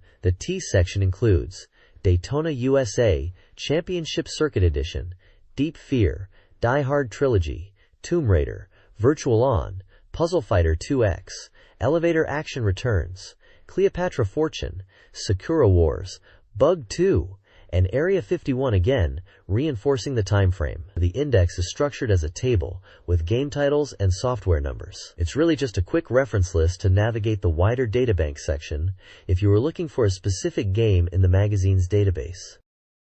This page continues with the databank index, still listing a massive amount of Sega Saturn games in Japanese alphabetical order. We're still in that same late 96 to early 97 window, seeing lots more titles from that era pop up. Starting in the Ta section, we have games like Time Gal and Ninja Hayate, Tactics Ogre, Tama, Darkseid, Daytona USA Circuit Edition, and Die Hard Trilogy. Moving into the Ha section, it features titles like Hyperduel, Virtua Fighter, and its various iterations, Bug Jump, and Batsugun.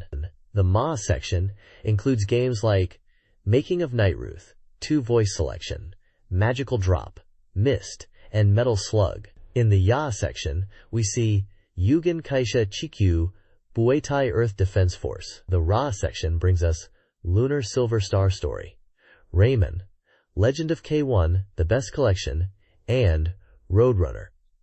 Finally, in the Wa section, there's World Cup Golf, Worms, and Wipeout. This page, like the last, is really just a massive index for gamers to quickly find software numbers for the games listed in the magazine's database. It's a straightforward listing without much commentary or visuals, just a huge catalog of Saturn titles. This page is all about how to fill out the questionnaire postcard from the magazine. It gives clear instructions on writing your details like name and address, providing feedback, and using numbers and a black pen for responses. Examples show how to answer single and multiple choice questions correctly. You'll also find a hardware list here, featuring consoles like the SEGA Saturn, Mega Drive, PlayStation, and even some of the more niche systems like PCFX and Neo Geo CD. We then see a software list featuring a massive catalog of SEGA Saturn games, including classics such as Virtua Fighter, Daytona USA, and Panzer Dragoon, plus many more. Finally, there's a list of articles featured in this magazine issue, and the survey questions themselves. These cover everything from your basic details to your SEGA Saturn game collection, your thoughts on the magazine's content, what hardware you own, and what games you're looking forward to in the future. This page is all about network battles on the SEGA Saturn using the X-Band service, which is said to expand your network gaming life. It's encouraging gamers to jump into Saturn network gaming, highlighting how you can now battle rivals across the country instead of just locally in arcades. It mentions that even though local game centers are familiar, X-Band lets you play against unknown opponents nationally, which is presented as a new level of excitement. The page dives into the history of X-Band, mentioning it started on the Super Famicom in April 1996, with titles like Super Mario Kart and Super Street Fighter II. Now, it's available for the Saturn, with Virtua Fighter 2 pointed out as a key title. You can see Sega Rally Championship on a memory card in the image, suggesting it's also playable online. The article talks about the initial titles for Super Famicom X-Band being Super Mario Kart and Super Street Fighter 2, and then moving to Sega and Catapult for Saturn, with 5 titles released within a year. It concludes by emphasizing that the real essence of Saturn network battles is just beginning. The article details Sega Saturn's X-Band, a network battle system leveraging phone lines for direct console-to-console gaming. X-Band offered a cost-effective alternative to PC internet setups, providing features like player profiles, simple email, and the core battle function. Players could create profiles, send messages, and engage in one-on-one matches using X-Band-compatible games. Battles were initiated by connecting to the X-Band Center, which facilitated matchmaking. Once a match was found, players would enter standby mode before the game started. Subsequent battles within the same session were free after an initial connection fee. The article then provided a step-by-step guide to the battle process, from setup to actual gameplay. The article also briefly mentioned Sega's pioneering history in online gaming, dating back to 1990, with early modem releases for the Mega Drive.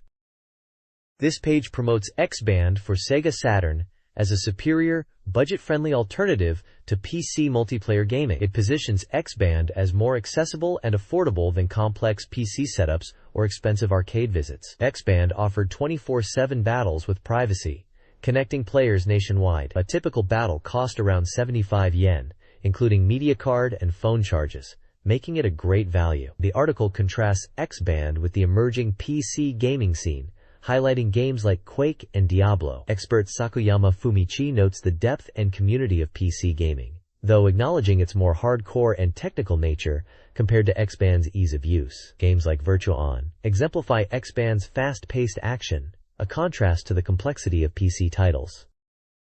This page details how to fully enjoy X-Band beyond just simple online battles. It emphasizes features designed to build a community and enhance the online experience. The article highlights the rival list, encouraging players to register opponents' nicknames to view profiles and track battle records, useful for gauging your progress. It also suggests using email to communicate with rivals after matches, fostering connections, and even friendships, regardless of the match outcome. To improve the battle experience itself, the article recommends optimizing your setup, suggesting peripherals like joysticks, particularly the Virtua Stick, and adjusting your TV for comfort. It also encourages playing in a gallery setting, where friends can watch and commentate, adding excitement and strategic depth to matches. For competitive players, the X-Band homepage is mentioned, where rankings are tracked based on weekly wins. The top 10 players are listed, offering a challenge for those aiming for recognition. The page URL is provided for players to check their standings. Finally, there's an announcement for an X-Band campaign, featuring the Cyber Commando Virtualon for SegaNet Pack S, which includes a modem, software, and media card at a discounted price. Furthermore, the finals of the Tokyo Joyopolis Decisive Battle Tournament for Virtualon are promoted, set to take place on May 18th at Tokyo Joyopolis, a big event for Virtualon fans and X-Band users. This page reviews the Sega Saturn version of Cyber Troopers Virtualon, focusing on its differences from the arcade experience and its compatibility with the X-Band online service. The Saturn version features subtle gameplay tweaks, including variations in weapon performance, improved tracking and projectile speed, a slightly longer invincibility period after being hit, and adjusted dash attacks for increased accuracy. Jump attacks remain similar to the arcade. The article suggests strategic use of these differences, especially around mid-range distances. Jumping and guard reversals are highlighted as effective tactics. The reviewer praises the game's faithfulness to the arcade, using twin sticks, and the responsiveness of online play via X-Band, recommending the Saturn version for online battles, considering the unique gameplay nuances. The review includes visual aids. 4 SEGA Saturn titles are highlighted. Virtua Fighter Remix, bundled with the modem, offers a classic fighting game experience, good for learning fundamentals despite minor control issues, and wait times for matches. Saturn Bomberman is lauded as the best Bomberman, excelling with online multiplayer, especially with friends, though finding matches can be slow. SEGA Rally Championship Plus, a deluxe version of the arcade classic, features updated content and supports online play, but skill gaps can lead to challenging races. Daytona USA Circuit Edition, an improved version by the Sega Rally team, boasts better responsiveness and online play, where fast reactions are key to victory. However, player skill disparity and wait times for online matches can be issues. This page is an interview with Toshihiro Shibasaki, the team manager from Sega's multimedia business department, discussing the current state and future of X-Band for the Sega Saturn. He mentions that user numbers have surpassed 50,000 and are steadily growing, particularly since the release of Cybertroopers Virtualon last year. Virtualon is incredibly popular on X-Band, dominating online matches, followed by Virtua Fighter Remix, which comes bundled with the modem kit. Shibasaki notes that one-on-one battles are central to X-Band, and while racing games like Daytona USA are available, fighting games are more popular online. He suggests improving the appeal of racing games by incorporating features like online time rankings. He also addresses user matching systems, explaining they aim to pair players of similar skill levels, although there can still be mismatches. Looking ahead, Shibasaki discusses adding a chat function for real-time communication and hints at future version updates to enhance services. He mentions voice plus image as a key concept for future development. He also touches upon the possibility of multiplayer and online RPGs for X-Band, stating it is a consideration. He emphasizes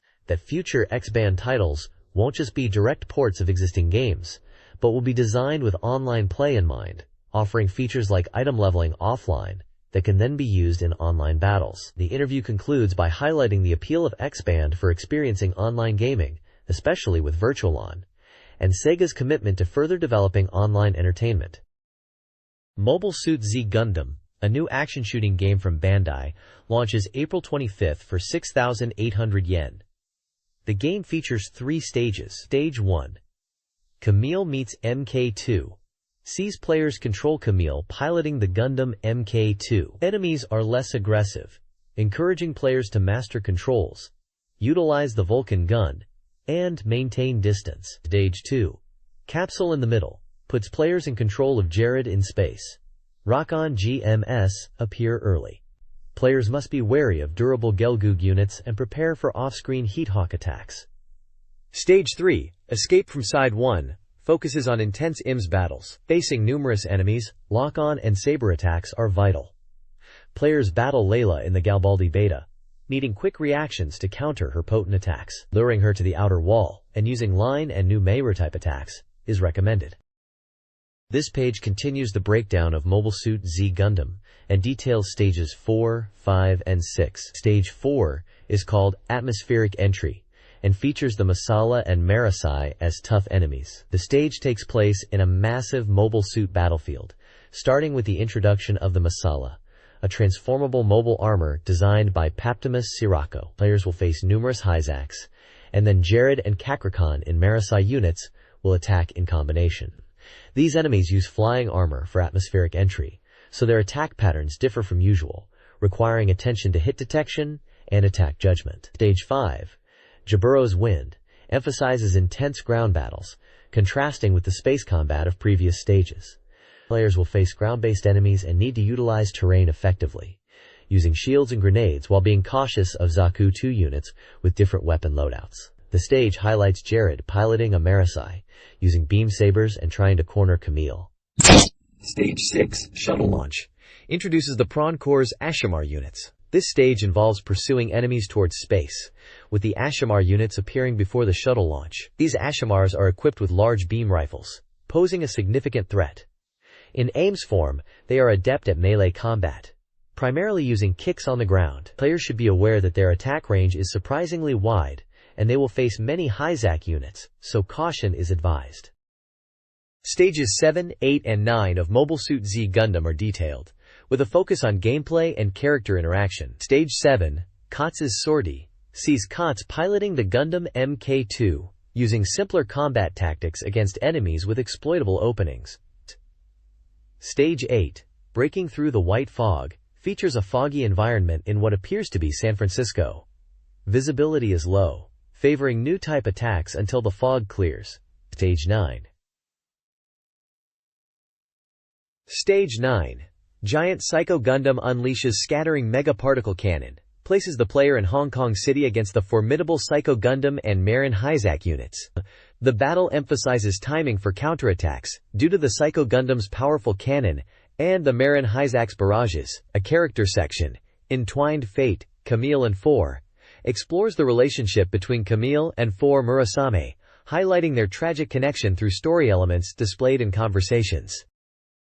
This page details Stage 10 of Mobile Suit Z Gundam, titled Zeta's Tremors. It discusses the story context, where Camille returns to the Argama after rescuing Fao, while Jared, under Sirako's command and piloting a new mobile suit, approaches the Argama. Stage 10 is presented as a culmination of skills learned so far, pitting the player against numerous Marasai and the formidable Jared in his new Gelgoog. The page highlights Sirako's character as the commander of the Jupiteris and a genius manipulator, briefly touching on his backstory. It also delves into Jared's determination to defeat Camille, fueled by past defeats, and a desire to prove himself as an elite pilot. Gameplay-wise, the page mentions Jared's Gelgoog, using new type-style attacks, and emphasizing the importance of using the beam rifle and shield effectively. It warns that in mobile armor mode, Jared attacks rapidly, making close-range combat dangerous, advising players to attack from a distance or wait for openings. The text also describes how defeating Jared in the Gaplant, and then facing him in the Gelgoog Mk2, represents a significant challenge and turning point in the game's story, leading to the introduction of the Zeta Gundam as a new power for Camille. The reviewer seems to anticipate the player's excitement for piloting the Zeta Gundam and progressing further into the game's narrative. This page is dedicated to Classmates 2, coming soon to Sega Saturn, and promises to be a must-see title, emphasizing new elements and improvements specific to the Saturn version. The magazine dedicates 5 pages to showcase this. The game is described as an adventure title, and is rated at 90% completion. A comment from the developers presents a quiz, asking players to guess the number of female characters in this Sega Saturn edition of Classmates 2, hinting at a large cast. The game's setting, Kisaragi Town, is described as a town with a mix of bustling and serene locations, including train stations, shopping areas, TV stations, hotels, and quiet residential areas. The opening sequence for the Saturn version is highlighted for its atmosphere, encouraging players to take their time and enjoy the initial scenes. The page gives off a pleasant and anticipated vibe of springtime arrival with the game's release. This page continues the focus on Classmates 2 for the Sega Saturn, showcasing the original, newly illustrated scenes that are being created. The article highlights that the Saturn version will feature completely new graphics not seen in the PC release, which previously relied on text descriptions for many scenes. Screenshots are provided as examples, including a 3-person warm dinner scene and a rooftop moment, clearly demonstrating these visual improvements. It's also mentioned that the opening movie for the Saturn version is being produced by XXX, the same staff responsible for the OVA animation, suggesting a high-quality introduction. The article also touches upon Kisaragi Shrine, a location within the game's setting of Kisaragi Town, and how the game visually represents the changing seasons from winter to spring. The overall tone emphasizes the enhanced visuals and additions specifically made for the Sega Saturn release of Classmates 2. This page highlights the super high-resolution graphics of Classmates 2 on the Sega Saturn, boasting a resolution of 640 by 448 dots, which is 4 times the normal resolution, and double that of previous high-resolution modes. The article explains that this enhanced resolution allows for incredibly detailed and beautiful graphics that truly shine on a monitor. The page features several screenshots to showcase this improved visual fidelity. We see images of characters like Shinohara Izumi in what looks like a bathing or lakeside scene, and another scene in a sanatorium with Mizuno Tomomi, where even the background details are meticulously rendered. One screenshot emphasizes the smooth gradations and incredibly fine lines of the character art, claiming the detail is so high that individual dots are virtually invisible. Another screenshot depicts a dialogue scene with Tomomi, mentioning opening a window to let in fresh air, and also shows in-game time and date information. Featured character names on this page include Shinohara Izumi, Ayukawa Yuko, Mizuno Tomomi, Tanabe Emi, and Narusawa Yui. This page continues to showcase the advancements of super high-resolution graphics, proclaiming that next titles are always at the forefront. It highlights several characters: Nomura Misato, Sakuramoto Momoko, Suzuki Hiroko, Tanaka Misa, and Nagashima Kumiko, likely all from Classmates 2, judging by the context of the previous page. The page emphasizes the improved visual quality by directly comparing standard high-resolution screenshots at 640 by 224 with the new super high-resolution at 640 by 448 for Tanaka Misa and Nagashima Kumiko. This side-by-side comparison aims to clearly demonstrate the enhanced detail and clarity achieved with the higher resolution in Classmates 2. It seems the article is encouraging readers to see for themselves the difference this technology makes to the game's visuals. This page reveals further exciting features for the game, showcasing its extensive content across 2 Candela's rooms. Improvements include a faster message scrolling speed and a rewind function, enhancing the replayability. Screenshots depict character interactions centered on everyday scenarios. A notable feature is a one-button graphic-only mode, allowing players to fully appreciate the game's artwork by removing text and interface elements. This mode is shown in diverse settings, including outdoor and bathroom scenes. New scenes are teased, such as a cherry blossom opening and a hospital setting. The game emphasizes its romantic core, featuring 15 love interests and climax scenes, described as unwrapping a beautifully packaged gift for the male audience. This page spotlights Sky Target, a new 3D polygon shooting game from SEGA coming soon. The page emphasizes the game's high completion rate of 100% and its release date of April 25th, priced at 5,800 yen. It's highlighted as a 3D shooting game suitable for all ages. The arcade development team states that they apologize for the wait and are finally delivering the ultimate 3D polygon shooting experience, allowing players to freely control actual combat aircraft like the F-14 and engage in exhilarating dogfights. The game's story revolves around the theft of the cutting-edge fighter plane, the XF/A-49 White Sword. The narrative sets the scene on October 17, 199X, where the U.S. Air Force's top-secret next-generation fighter, the XF-A-49 White Sword, is hijacked by a test pilot named Daniel Darkling during its final test flight at the Aerospace Weapons Development Center. This advanced aircraft becomes a target of international intrigue and corporate espionage, with various countries and arms dealers involved. The page also shows a weapon loadout for the XF-49 White Sword, including weapons like the Iron Phoenix, AMRAAM Limited, Viper, and Black Magic. Ultimately, the goal is to retrieve the stolen advanced fighter aircraft. The next page delves into the new ranking mode for Sky Target on the Saturn. This mode is all about putting your pilot skills to the test, as it evaluates your performance based on factors like how many enemies you take down and how much damage you sustain. It's touted as a step up in challenge from the arcade version. The page lays out the flow of the ranking mode in 5 steps. First, you pick your aircraft from the familiar F-14D, F-15s, MTD, F-16C, or Rafale M. Then, you select your mission. You won't have all missions available right away. You start with the first 4 and unlock more as you progress, eventually reaching a total of 11 missions. Crucially, before jumping into action, the game emphasizes the briefing screen.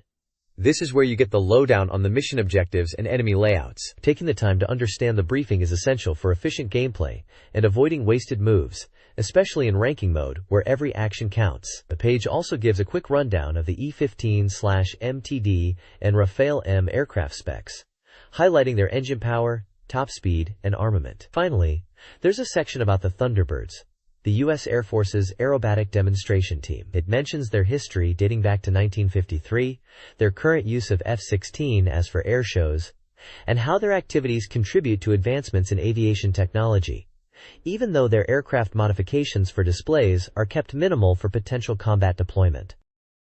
Sky Target features a ranking mode where players battle through missions to defeat bosses within a time limit. Success earns pilot medals, including the Distinguished Service Medal and Medal of Honor, awarded for feats like high accuracy and complete enemy destruction. Earning all medals signifies top pilot status. The game includes 2 aircraft: the E-14D Super Tomcat, a multi-role fighter with enhanced capabilities, and the E-16C Fighting Falcon, a stealth-focused, next-generation French fighter. Aircraft performance varies. The E-16C slightly edges out the E-14D in thrust and maneuverability. The Rafale M boasts the best maneuverability overall, while the F-15/MTD excels in thrust. This page introduces Magical Hoppers, a coming-soon title described as a stress-relieving, exhilarating action game for SEGA Saturn. It promises a total of 18 stages in the full game, and highlights the initial easy stages before progressing to more challenging later stages. The game is described as having unique themed worlds within each stage, filled with traps and gimmicks, and featuring large boss characters every 6 stages that require specific methods to defeat. The page previews Stages 1 and 6. Stage 1, Skull Fortress, is described as being of low difficulty overall, starting in a skull fortress and leading into dark caves and a forest of mushrooms. Stage 6, Shroom Lord, is set in a deep mushroom forest where players will encounter taking damage zones. The boss in Stage 6 is a giant mushroom with a crown, and the page hints at clues around the boss to find a way to defeat it. The page includes screenshots of gameplay, showcasing the platforming action, enemies, and level designs. It also mentions the game is 100% complete, and lists the release date as April 25th, priced at 6,800 yen. A quote from the producer emphasizes the cute characters and easy controls, while also promising a challenging experience later in the game. Magical Hoppers Stages 7 and 12, set in the burning desert, present challenges like navigating desert landscapes and transforming into a dragon. Stages 13 to 18, on Honcho's airship, introduce sky-based levels with castle passages, icy platforms, and air current slides. The final stage, 18, is not timed. Bosses include Goon Honcho, fought in a circular arena, and the final boss, Wishing Engine, a giant eyeball robot. Players collect coins throughout the game, with red coins worth 5 each. Collecting 300+ coins grants an extra continue. Achieving 80% coin collection unlocks a bonus stage, while 95% plus unlocks the treasure stage. This page focuses on the SEGA Saturn version of Command & Conquer, highlighting it as a next-generation real-time strategy simulation game. The article mentions that it's a 2-disc set, which is a notable feature. It emphasizes that the game allows players to experience different scenarios, depending on whether they choose to play as GDI or NOD factions, giving it a fresh feel compared to previous titles. The page includes a section aimed at beginners, offering gameplay configuration tips to help players get started. These tips cover adjusting game speed, cursor speed, displaying help text, and restarting missions, all designed to make the game more accessible. Faction descriptions are provided for both GDI and NOD. GDI is presented as the Earth's peacekeeping force, while NOD is described as a secret society aiming for world domination. The article features images of a GDI soldier and Kane, the leader of NOD, emphasizing the conflict between these factions. The reviewer seems impressed with the game's completion, shown as 100%, and mentions the excitement of commanding units and crushing enemies. The release date is noted as April 25th, with a price of 6,800 yen. Overall, the page seems very enthusiastic about the Saturn release of Command & Conquer, and its accessibility for new players. This page continues the introduction to Command & Conquer on the SEGA Saturn, diving into the gameplay of the first GDI mission.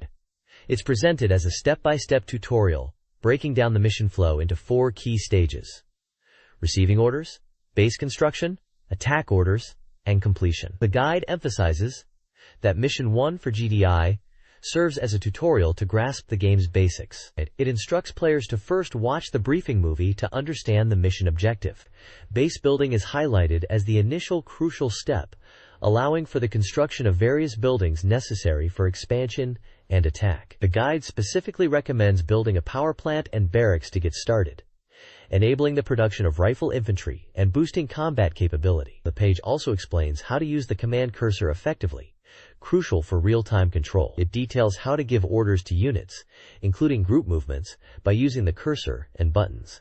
Regarding combat strategy, it suggests a straightforward approach of wiping out all enemies on the map, even though Mission 1 is described as relatively easy and a good warm-up. Lastly, it briefly touches upon the Nod campaign's Mission 1, noting it's slightly more challenging than Grady's, especially in terms of base construction. The overall tone is instructional and encouraging, aimed at helping new players get comfortable with the core mechanics of Command and Conquer. This page dives into Samurai Spirits Bushido Retsuden, which is known internationally as Samurai Showdown, Warrior's Rage, and it's being touted as a completely new RPG in the Samurai Spirits universe.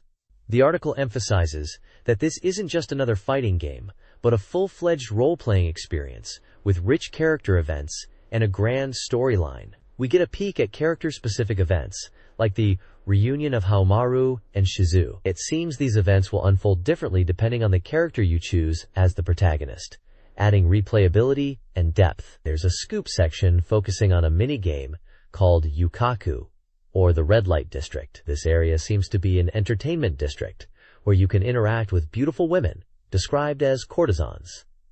It's like a dating sim element where you need to talk to them. The hint section suggests carefully choosing which woman to engage with, and hints at needing to understand their personalities to succeed in this minigame. The article also mentions that Samurai Spirits Bushido Retsuden uses the world setting of the original Samurai Spirits and boasts 4 new characters, along with a scale and power-up to the overall experience. We also see an event focused on Nakoru, helping her Hawk Ilca, who is facing a giant monster, suggesting epic boss battles within the game. Overall, the page is highlighting the RPG elements and character-driven stories in this new Samurai Spirits title. This page continues to showcase Samurai Showdown, Warrior's Rage, diving into specific character events and storylines within the RPG. Firstly, there's a section about Galford and Reunion, hinting at a Team UP with Earthquake. It seems Galford, described as Earthquake's brother in training and a former pirate, is on a journey to help his half-brother. You'll see events unfold as they reunite and possibly face challenges together. Next up is Genjuro's Charm, focusing on Genjuro Kibagami. The article mentions an event in the Lone Wolf chapter, where you'll encounter Genjuro in a town and likely face him in a duel. It highlights the voice acting, noting the performers for both Genjuro and his mother, adding depth to their interaction. The page also features Cham Cham and Reunion. In the Evil Sky Descent chapter, Cham Cham is initially energetic, but in the Flower Snowstorm chapter, she falls ill. The event focuses on a quest where her friend Mototaro and the player search for electric eels to help her recover, showcasing a heartwarming side story. Finally, there's a section on Yomitsu Musume, or Yellow Spring Daughter, a character connected to Ukyo Tachibana's storyline. She's described as a key character in the Pleasure Garden Secret Palace stage, and her story seems to involve seeking a certain kind of masculinity, hinting at a unique and potentially romantic encounter when playing as Ukyo. This page shines the spotlight on Tuage King 2, The Spirits, a racing game. It's showing off Course A, which they call a skyline-type course, known for its challenging, tight corners and dramatic elevation changes, making it more than just a speed track. They emphasize that good car setup is crucial and advise players to adjust their settings. A lap is said to be around 1 minute, and the course features varied scenery. Memorizing the track is highlighted as important. Looking at the screenshots, you can see in-car views and track layouts. The captions point out various track features, like a tricky hairpin corner requiring sharp braking or drifting, continuous corners that aren't too difficult, a blind crest into a downhill section needing controlled speed, and a tunnel section with echoing engine sounds. There's also mention of a scenic downhill section leading to another tunnel. The page also boasts a 100% completion mark, indicating the game is finished. It mentions the game being released on April 18th for 5,800 yen, supporting 2-player battles and both racing and multi-controllers. In a message from the developers, they talk about aiming for realism and more realistic graphics compared to their previous work, hoping to satisfy players. They've also increased the number of car types to 18.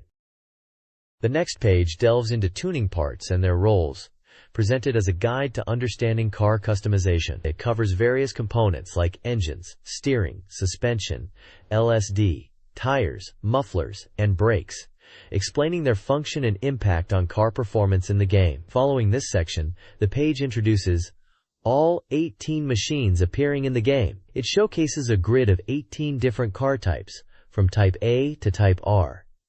Each car type is accompanied by an image, a short description, its maximum speed, and drive type, like FR, Mr., 4WD, FFRR.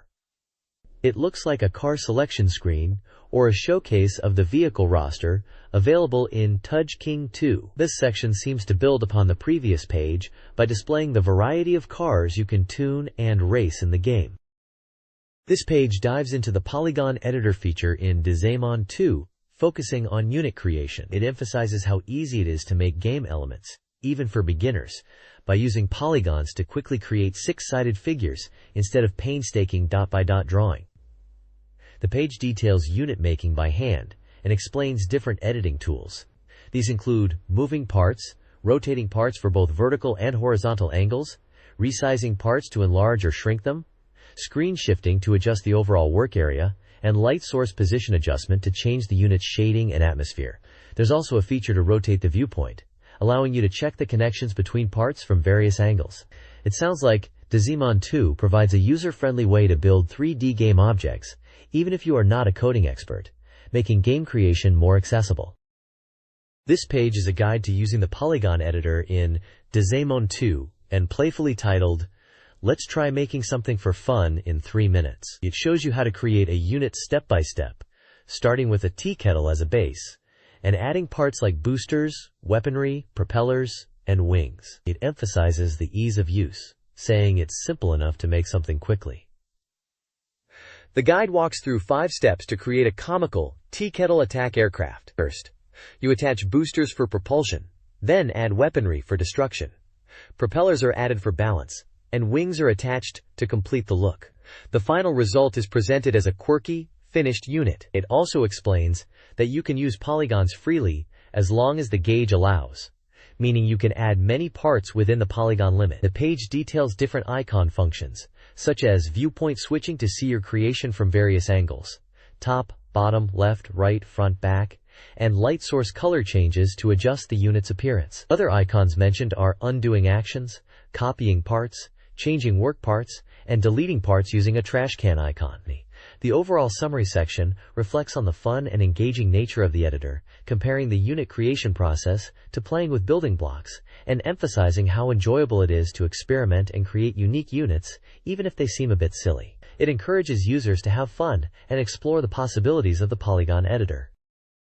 This page showcases Deka 4 Riku, a wild 4WD racing game for the SEGA Saturn that throws you into extreme off-road environments, from scorching deserts to icy snowscapes. It's all about the unique handling and intense courses, a real departure from your average racer focusing on hard rock sections. They've even got English-speaking DJs and killer BGM to amp up the atmosphere. The tagline, "There's not a single normal road, be careful of motion sickness," pretty much sums it up. They're not kidding either. The courses are described as seriously bumpy and full of obstacles. The page highlights viewpoint switching as a key feature, asking if it'll make you even more motion sick. The standard view is a slightly angled top-down perspective, great for seeing the course layout. But the real kicker is the up view, which is like a cockpit cam. They say it's incredibly immersive and shaky, really putting you in the driver's seat of these powerful trucks, and recommend it if you want the full-on off-road experience. They warn you might get motion sickness, but for true fans looking to fully immerse themselves, the cockpit view is the way to go to really feel the intensity of the off-road action and the rugged terrain. There's also a note that the game is 100% complete and was slated for release in early May, with a cool sticker campaign for early buyers. Deka 4 Riku immerses players in off-road racing with diverse courses and vehicles. Featuring 6 vehicle types and 6 challenging tracks, each course necessitates a unique driving strategy. Environments include dirt tracks, snowy areas with icy handling, and volcanic zones with demanding curves. The game dynamically adjusts vehicle performance, but players are encouraged to choose based on preference. A key feature is the ability to customize races with different times of day and weather conditions. Night races, especially in snowy conditions, and rain-soaked tracks, add significant challenges to visibility and vehicle control. Players can engage in single race, championship, and time trial modes. Single race offers straightforward course enjoyment. Championship mode tests skills across all 6 tracks, against tough AI opponents. Time trial focuses on setting the fastest lap times. The reviewer recommends single race for practice, championship for a competitive challenge, and time trial for honing skills. This page is all about DX Hired, a title promising non-stop, dynamic action with compelling characters. It highlights a core gameplay mechanic called Super Guard, which is triggered by a command input and acts as a special guard to repel opponents. However, using it depletes a guard level gauge, and excessive use can even damage your weapon, so it requires strategic implementation. The page also teases the character selection screen CG, and mentions that the release is just around the corner.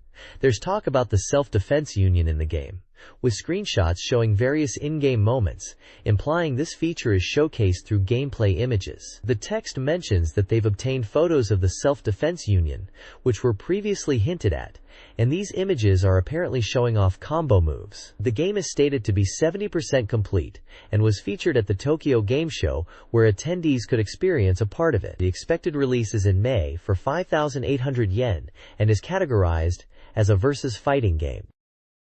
This page showcases individual character techniques for the game DX Hired, stating that development is progressing smoothly. It mentions that while the character moves are currently tentatively named, they are being revealed step by step. We get a look at several characters and their special moves. For Mero, it's the Vacuum Tornado, showing a whirlwind attack. Boy's move is called Cannon Plasma, depicting a powerful energy blast. Kohin's technique is named Chain Ring Leg, and features a rapid kick sequence. Schneider's move is Mountain Airplane, showing a high-flying aerial maneuver. Lucifer uses Different World Gate, visualizing a fiery teleportation or portal attack. Sabrina's move is Side Fall Down Kick Attack, illustrating a swift downward kick. Sao Tome's Rising Screw is a spinning upward attack. Sanjuro's move is Willow Hidden Style Small Hand Return Gate, appearing as a counterattack or grapple reversal.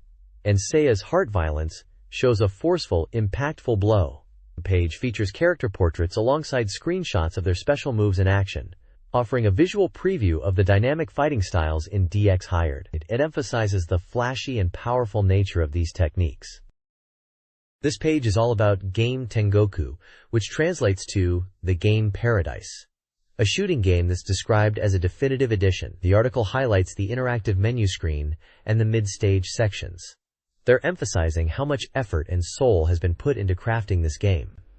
The page then zooms in on the Yuki-chan start section, focusing on the interactive elements before you even begin playing. It explains that unlike typical game menus, Game Paradise lets you enjoy conversations with Yuki-chan, the main character. You get to choose menu options while interacting with her. The article jokes about whether this is a dating sim disguised as a game, because Yuki-chan reacts to player choices. Apparently, if you don't operate the controls for a while, you might even hear Yuki-chan's unique lines. The page also details the game modes. There's Arcade Mode, which seems to be a faithful port of the arcade version, supporting 2-player play. Arrange Mode is mentioned as a new mode added for the Saturn version, with rearranged stages and demos between stages, offering a different experience. Finally, Option Mode is described as allowing you to configure button layouts, game difficulty, and other settings. It also features a sound test and a recall mode, which sounds like a way to learn about the characters. The reviewer seems impressed with the interactive menu and the variety of game modes offered in Game Paradise. This page dives deeper into the world of Game Tengoku. It highlights different stages within the game. First up is Stage 4, Karaoke World, a karaoke box setting where you battle an enemy character named Misato-chan, who sings and dances to Lovely Star. The gameplay involves shooting down on-screen lyrics. Then, there's Stage 5, Family Use World, presented as a parody stage with a home setting. It seems to be referencing familiar games in a comedic way. Stage 6, Driving World, is introduced as an exhilarating, full-throttle driving stage. It features stock cars and transforming fighter vehicles. The page also mentions Stage Clear Demo Yamada version, revealing that between stages, there are demo scenes featuring deformed characters. with a focus on Yamada, a boss character. Apparently, these demos humorously depict Yamada's side of the story, and are quite something to see. Moving on to gameplay.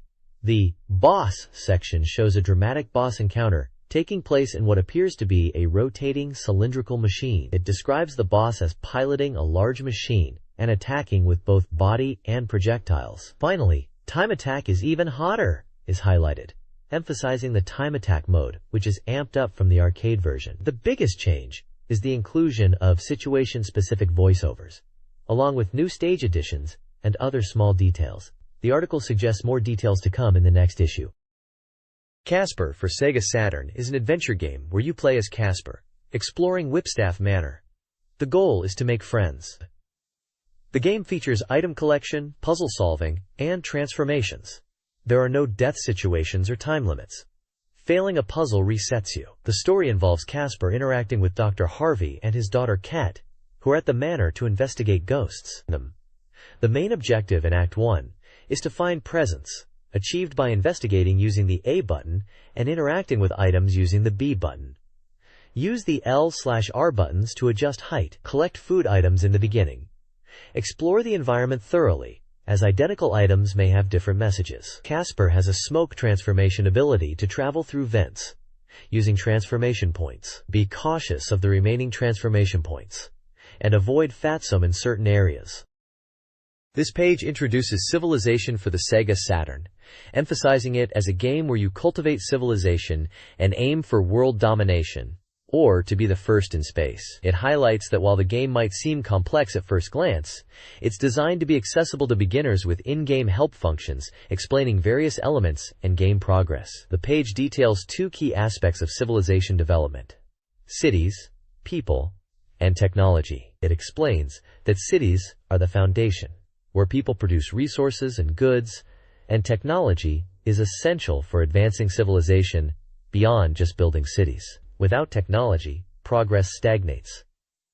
The text uses examples like needing ironworking to build railways for efficient city transport, and writing for literary advancements. The screenshots show in-game interfaces, displaying city management screens with options like building pyramids and Apollo statues, and resource management. It mentions that food is produced around cities and can be increased through irrigation and mining. The page also touches on diplomatic interactions with other civilizations, including sending envoys and negotiating technology exchanges or treaties. Ultimately, the page promotes Civilization as a deep and engaging strategy game where players can build their unique civilization, aiming for global dominance or space exploration. It reassures new players about its accessibility, despite its depth. Funky Head Boxers Plus, a power-up version of the original boxing game featuring Japanese comedian boxers, is set to release May 2nd for 5,800 yen. The game, supporting up to 12 players, is a revamped experience, building upon the original with smoother controls and improved responsiveness. Players choose a comedian boxer, each with unique stats influencing their fighting style, and embark on a 4-year champion mode. They'll train, battle through rankings, and master special moves to become world champion. The gameplay emphasizes skillful play with combination attacks for knockouts. A Big Present campaign offers game copies to those who submit funny, lighthearted game ideas inspired by Sega arcade games, reflecting the comedic style of Yoshimoto Kogyo comedians. This page starts the Sega Saturn Soft Complete Guide section of the magazine, promising an in-depth look at Sega Saturn software to help players fully enjoy their games after purchase. This particular corner is focusing on Millennium Kingdom titles, highlighting Advanced World War, likely referring to Advanced World War Senbazuru, and the action-packed classic Metal Slug. The awesome artwork features a character who looks just like Theo Jeremy from Metal Slug, strongly suggesting Metal Slug will be a featured game in this guide section. It seems like we're in for a detailed exploration of these Sega Saturn titles, with this installment focusing on Advanced World War, Senbazuru, and Metal Slug. Advanced World War on the Sega Saturn offers strategic gameplay, featuring unique units like the Carl tank and Carrion anti-aircraft tank, obtainable by meeting specific conditions in campaign mode. The game warns about the German Air Force's vulnerability as enemy units become stronger, suggesting a shift to alternative aircraft. 2 scenarios are highlighted: Stalingrad, where aggressive territorial control is key, and Moscow, where scouting with air forces before attacking isolated units is advised. Players utilize 7 generals for air and ground forces. An interview with developer Mr. Hiroyuki Hinami reveals the game's balance, emphasizing its simulation aspects and the importance of player feedback in refining the game's data, especially concerning German forces. Hinami believes Advanced World War represents the peak of simulation gaming on the Saturn. In the Kremlin's collapse mission of Advanced World War, players command German forces aiming to seize the Kremlin. The mission explores potential German dominance over Europe, drawing parallels to Napoleon's historical defeat. Players can choose between 2 starting points, with one offering a strategically safer route. Capturing the Kremlin eliminates a significant portion of enemy forces. The guide contrasts German and Soviet tank strengths, emphasizing the T-34's early dominance and the later superiority of German armor. It recommends a 2-pronged attack and highlights the Kremlin's high durability, advising bombing raids to neutralize enemy artillery instead of direct bombardment. A present weapon acquisition condition list details vehicle unlocks, including tanks and aircraft like the Avia 534 D.520 fighters, various Panzer and Semoventi tanks, the Elephant, Carrion, Mouse, and jet aircraft, earned based on map progress and victory conditions. This page delves into the intense combat school of Metal Slug on SEGA Saturn, perfect for honing your skills. It reveals secrets for mastering pinpoint attack and survival attack modes, explaining how to maximize your score and achieve top ranks. The guide breaks down the point system, revealing how to earn bonus points in each mission, and even hidden evaluation points for dedicated players. For pinpoint attack, clearing missions quickly and efficiently is key, with specific time targets provided for each mission to achieve a perfect 100 points. Survival attack focuses on weapon proficiency and strategic gameplay to survive extended play sessions. Jump techniques are highlighted as crucial for both modes. It also teases hidden elements and evaluation points, rewarding players who replay missions on normal difficulty after achieving 100 points in each mission. Finally, a detailed ranking table is presented, showing the different ranks you can achieve in combat school and the points needed for each, encouraging players to climb the ladder from private second class all the way to the mysterious top rank marked with a question mark. This page shines a spotlight on Langrisser IV, delving into the creation of its characters, particularly Rachel. There's an interview with Ukikuta, who discusses how Rachel was designed to be a spoiled girl character, conceived to be appealing to young men who like being spoiled by girls. Interestingly, her design was influenced by her brother Ricky, who was designed first, resulting in some visual similarities. Apparently, the designer, Mr. Urushihara, found Rachel's design quite challenging.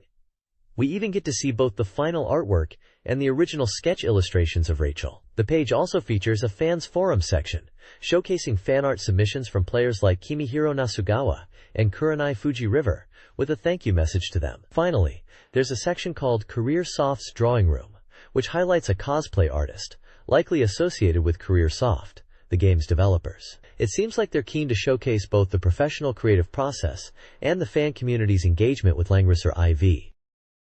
This interview, conducted roughly a month after the release of the Neon Genesis Evangelion Second Impression game, features candid discussions with the development staff. They reflect on the completed project, acknowledging its differences from other games, with a focus on the game's scenario, flowcharts, and branching paths. They aim to cater to Evangelion fans, understanding the core elements that resonated after the TV series. The team discussed the game's content volume, script writing, debugging, and replayability. Director Kobayashi is mentioned, and the team expressed satisfaction with the final product. The interview reveals the challenges of development, including schedule and performance, and the constant desire to innovate. The relaxed atmosphere of the interview, held around a meal, indicates a frank exchange beyond typical off-the-record constraints.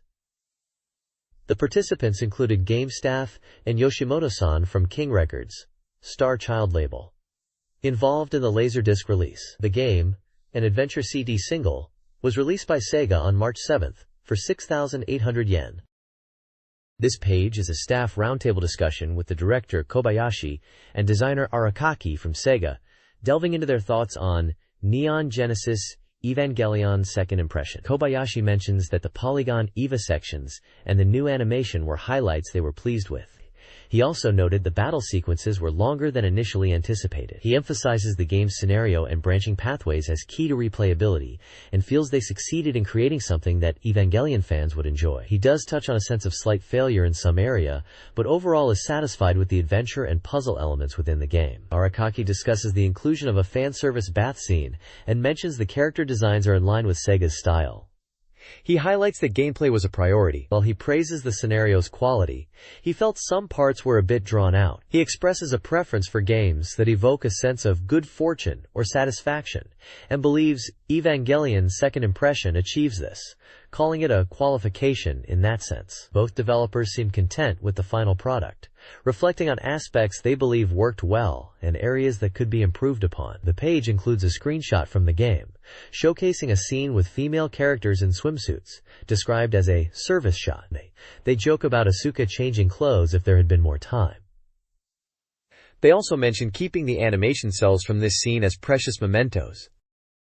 This page continues the discussion about Neon Genesis Evangelion's second impression, focusing on the music this time. It highlights that the two songs included Get It On and Reason You Were Born to Be You were composed by Yoshizaki Takashi. The conversation involves Yoshizaki Takashi, the composer, Yamaguchi Hiroshi, the scriptwriter, and Yoshikawa Takashige, the director from King Records and Starchild Production. They discuss the process of creating the music for the game. Yamaguchi explains the context of the songs, mentioning scenes like Shinji waking up in bed after the initial battle to set the mood. Yoshikawa, from the record label, oversaw the music production. There's a game screenshot showing an Evangelion unit in battle against an angel in a landscape setting. Below, there are profile sections for Yamaguchi Hiroshi, who is described as a scriptwriter involved in TV, anime, and games, noting his work on Martian Successor Nadesico, and Armored Trooper Votoms. Yoshikawa Takashige is introduced as the director from King Records and Starchild Records, labels associated with many anime soundtracks. His profile mentions he's responsible for the record label's direction and coordination, and he jokingly mentions he almost couldn't make the interview due to work commitments. This page offers a glimpse into the development of Neon Genesis Evangelion Second Impression. Developers discuss visual choices, like omitting the umbilical cables for aesthetic reasons. Gameplay is explored, with Aoki emphasizing a departure from genre conventions and a focus on character-driven experiences. The team aims to combine battle elements with adventure gameplay, potentially targeting a mature audience. The interview highlights the development team's diverse interests, with Okunari Yo, a passionate Evangelion fan, leading the writing and appreciating 2D fighting games, and Magia Hiroshi, a freelance writer contributing to strategy guides. The page concludes with profiles of the individuals involved. The developers intend to exceed player satisfaction with a game that focuses on appealing gameplay elements. This page, dedicated to SNK World 97, offers various content for SNK fans. It starts with a Maker's Comment section, announcing upcoming releases, including drama creds for Fatal Fury Special and Samurai Showdown RPG. Fatal Fury Special is highlighted with its 24 playable characters. The page also features the results of a survey from the 3/28 issue, showcasing top scorers and their comments on their favorite SNK software like Fatal Fury Special and Samurai Showdown. Additionally, fan art submissions from the KOF 96 illustration contest are displayed, along with artist comments and the artist's location. A KOF 96 illustration contest returns segment is also included. Finally, a Q&A section answers 20 questions covering diverse topics like the New Japan Project, character names, game titles, art of fighting, and hardware, Neo Geo 64. The page concludes with corrections for previous information and invites readers to submit questions for a new corner. The King of Fighters 96 illustration contest results are announced, showcasing winners of various awards. Mukurukyu won the SNK award with a Leona illustration, Buru won the grand prize for a Vice illustration, Shiyun received the Satamaga award for a humorous piece, Masa won the Umemoto award, Saiga secured the editor's award, Dorufu won the Bonkichi award, and Strive received the weekly Hayapari award. Prizes included value goods sets, special pamphlet sets, and stationery. The page highlights judge comments praising the art styles and expresses gratitude to participants, with anticipation for the next contest and publication of selected entries in SNK World. AM2 Research Express Weekly Volume 48 highlights past Virtua Fighter tournaments in anticipation of the upcoming Java T Battle Tournament for Virtua Fighter 3. The article reviews the Virtua Fighter Final Battle, a national tournament with players from across Japan, won by Su Free. It also covers Virtua Fighter 2 Eternal Battle, where Kyasaha emerged victorious, and the Unified Champion Decision Battle, which crowned Kashiwa Jeffrey as champion, with Sarah and Kimi Mukayama winning the women's divisions. Photos of the events are included, showing players and Yu Suzuki. The page serves as a retrospective on the series' competitive history, building excitement for the future. This page continues the coverage of Virtua Fighter tournaments, diving into past events and hyping up the next big one. It starts with the Virtua Fighter 2 Asahi Protein Sports Cup. Apparently, this tournament had a whopping 47 participants battling it out, and the champion was Furukawa Ryo from the Kansai area, who was an Akira player. The article mentions his impressive sliding step technique and how he lived up to expectations. Next up is the Virtua Fighter 3 Morinaga Angel Cup, which was the first national Virtua Fighter 3 tournament. This one was even bigger, pulling in 96 players from 22 districts across Japan, and even some international players. They had both men's and women's divisions. Lu-chan was the champion of the women's division, praised for her pain skills, and Yanagasawa took the men's title in a close fight, proving his reputation. Finally, the page promotes the upcoming Java T Battle Tournament, which is going to be for Virtua Fighter 3. This sounds like a big deal. Set to be held at the Take-New Pier Hall. It's described as a no-holds-barred battle, emphasizing skill over age or gender, making it open to anyone confident in their abilities. They're even comparing it to the famous Koshien baseball tournament in Japan, suggesting it's a really important event for the VF3 scenes. Sign-ups start from April 15th, so players are encouraged to join and show their mettle. This page dives into the early concepts behind Virtualon.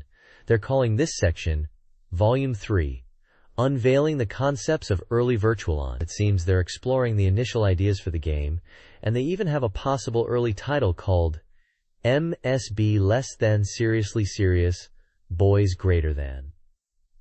The target audience is described as people who are into mecha and fighting, and the game content is said to be about violence, a little bit of Eero stuff, and robot brawling as the main focus, with the intention of adding haste scenes to boost sales, though they might tone it down because of age ratings. They introduce two teams of characters, the MSB team, which is described as a righteous delinquent group, and the Gia woman group, who are aimed at attracting female fans.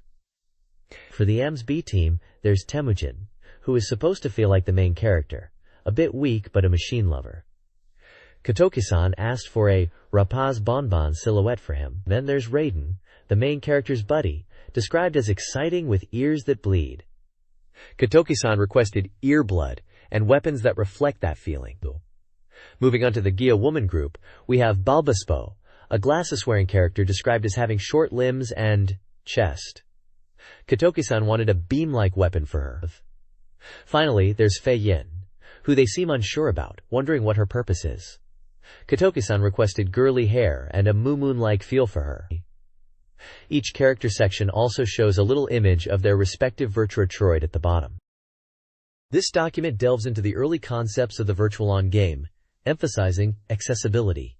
Game to the people. The creators, known as 3, aim to eliminate skill gaps, combat arcade dominance, and end console rivalries.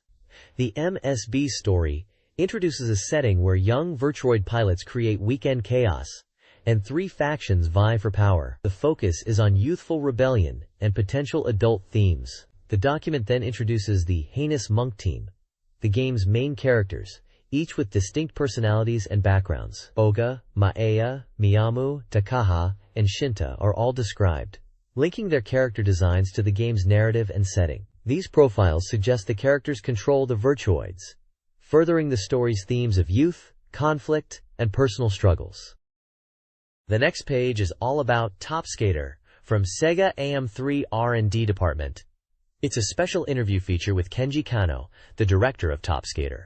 The interview talks about the origins of the game, revealing that the idea for a skateboarding game came from the department head's strong desire for it. Kano mentions it was perfect timing, as he also wanted to create a cool game-blending style, music, and fashion. Apparently, AM4 also had interest in developing innovative board-based game mechanics. They discussed the initial worries and challenges of making a skateboarding game, and the decision to focus on cool skateboarding techniques and tricks rather than just racing. They felt a race-focused skateboarding game would be boring, and ultimately decided that making it about skilled play and looking cool was the most important thing. The director seems really enthusiastic and passionate about the game. This page continues the special talk about Top Skater, featuring Mitsuhiko Kakita, the design chief, and Kenji Tohma, the programmer. Kakita mentions that in terms of design, they focused on tricks in the halfpipe, and that they had previously worked on board-based games, but with Top Skater, they were able to fully realize their vision. He mentions that during development, they really listened to player feedback and incorporated it, aiming to create a game that was both artistic and musically driven, featuring band music. Tofama, the programmer, talks about the initial challenges in making the controls work well, especially getting the rolling and turning right. He emphasizes that the core gameplay is about mastering the roll and slide, and that once players get the hang of it, they should feel free to go anywhere. He also highlights the importance of the comfortable feel and space within the game, aiming for a sense of fun and enjoyable control. Both developers express their hope that players will experiment and try different things while playing to discover the depth of the gameplay. They are asked about tips for playing, and Tohama suggests mastering the basic roll and slide inputs to fully enjoy the game. This page is all about how to master Top Skater. It breaks down the game into 5 key steps to help you become a top player. First up is Course Select, where you choose between easy and hard courses. Beginners should definitely start with easy. Next, Character Select lets you pick your skater. They highlight Ash. And while characters have different looks, apparently, they all perform the same tricks, so it's really about who you like the look of. Step 3 is Play Start, and it mentions the awesome music in the game from DJ and Pennywise really gets you pumped up. Then it's time for Trick Time, where you use ramps and banks to pull off tricks, emphasizing timing is key. Finally, Result Display shows your ranking from E to S based on your trick points and time, and it encourages you to go for a high score and aim for that S rank. There's also a cool little comment bubble saying, "Floating feeling is good," and another phrase encouraging you to bank start and jump out with full power, which really captures the feel of the game. Essentially, this page is a quick guide to get you started and pulling off awesome tricks in Top Skater. This page dives into the secret technique Go, Go, Go corner, showcasing reader-submitted tips and tricks for SEGA Saturn games. First up is Cyberbots, Full Metal Madness, revealing how to unlock the powerful character Gookie, known internationally as Akuma. Apparently, you need to beat the CPU on level 4 or higher, or play the game a whopping 99 times. They also list a bunch of Akuma's devastating special moves, including the Shun Goku Satsu. Next, it's all about Professional Baseball Greatest 997, with 2 cool tricks. One tip helps you randomize team selection in the game, which is great if you want a surprise matchup. The other trick lets you force rainy weather during a match, perfect for adding some drama to your baseball games, especially if you like playing in the mud. Apparently, you just need to hold L plus R plus Y buttons while selecting Game Start in the game settings. Finally, there's a section about the Go-Go Girl special rank and prizes for tip submissions. Readers who send in top-notch secret techniques can win Saturn software and book coupons. They have different ranks, like Go-Go Girl Special Rank, Go-Go Girl Rank 1, 2, and 3, each with different prizes, from 2 Saturn games down to book coupons worth 2,000 yen. King the Spirits 2 received mixed reviews. The Lady Users Group praised the scenery but criticized rough visuals and a short drift contest. Game Mania Group found the game exciting, especially the sense of speed, but desired a practice course. The guest game writers were unimpressed, citing marginal graphical improvements, monotonous courses, sluggish speed, and stiff controls. Overall, the game scored 5.66. Gundog Revolution garnered even harsher criticism. The Lady Users Group found the game outdated, with dark visuals and difficult standard mode. Game Mania Group appreciated the music but noted issues with the tempo and blurry graphics, suggesting rushed development. Guest game writers echoed the sentiment, highlighting outdated gameplay, screen display problems, processing issues, and slowdowns. The game was deemed low quality, resulting in a score of 4.33. Gyante Battle Cosplayer, a mahjong game, earned a 6.66, praised for its cosplay theme and engaging gameplay. Reviewers enjoyed character reactions and strategic depth, but desired more character exposure. Command & Conquer for Sega Saturn received mixed reviews. Lady users found the gameplay well made, but the map size a drawback, score 7, while another reviewer enjoyed the straightforward, strategic gameplay and good port, score 8. Legend of K1 Grand Prix 96 offered a database of K1 matches with limited features. Alongside, Pladal Disc Kogel Encyclopedia 100 provided a digital photo collection of Kogyaru girls, with extensive details, targeting a specific audience. This schedule details a comprehensive list of upcoming Sega Saturn game releases. The release dates span from April through autumn and summer, showcasing a diverse selection of titles. Notable April releases include Sentimental Graffiti, First Window, and Legend of K1 Grand Prix 96.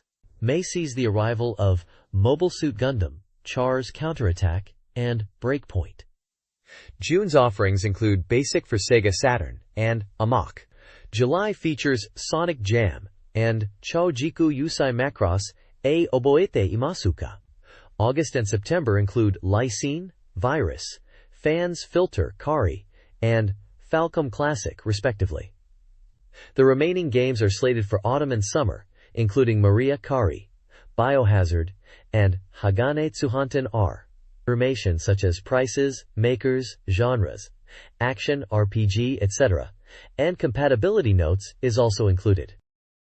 This page lists a schedule of new software releases for the Sega Saturn, spanning release windows from summer and autumn of 1997 into spring of the next year and beyond, with many unspecified dates. You can see a wide range of games listed here, including international hits like Doom, Primal Rage, Return Fire, Twin Cobra 2 Plus, Langrisser IV, Killing Time, and fighting crossovers such as X-Men vs. Street Fighter and Marvel Superheroes. Also mentioned are adventure titles like Riven, the sequel to Myst, Fade to Black, and the highly anticipated RPG Azel, Panzer Dragoon RPG, alongside racing games like Formula 1 and Sega Touring Car Championship. Other notable titles listed are Culdicept, Layer Section 2, which is known as Galactic Attack or Rayforce 2 internationally, Her Sex Adventures, Mech Warrior 2, Guardian Force, Cotton 2, Baroque, Silhouette Mirage, and the quirky platformer Mr. Bones. The page also includes many titles likely exclusive to Japan, covering various genres from RPGs and action games to dating simulations and even adult-oriented games. It's a comprehensive overview of what Saturn owners could look forward to, with details on pricing, developers, genres, and compatibility information for each game. The article, Game Art Microscopic Relationship, Eva and the Earth of Evolution, analyzes the game Neon Genesis Evangelion Second Impression.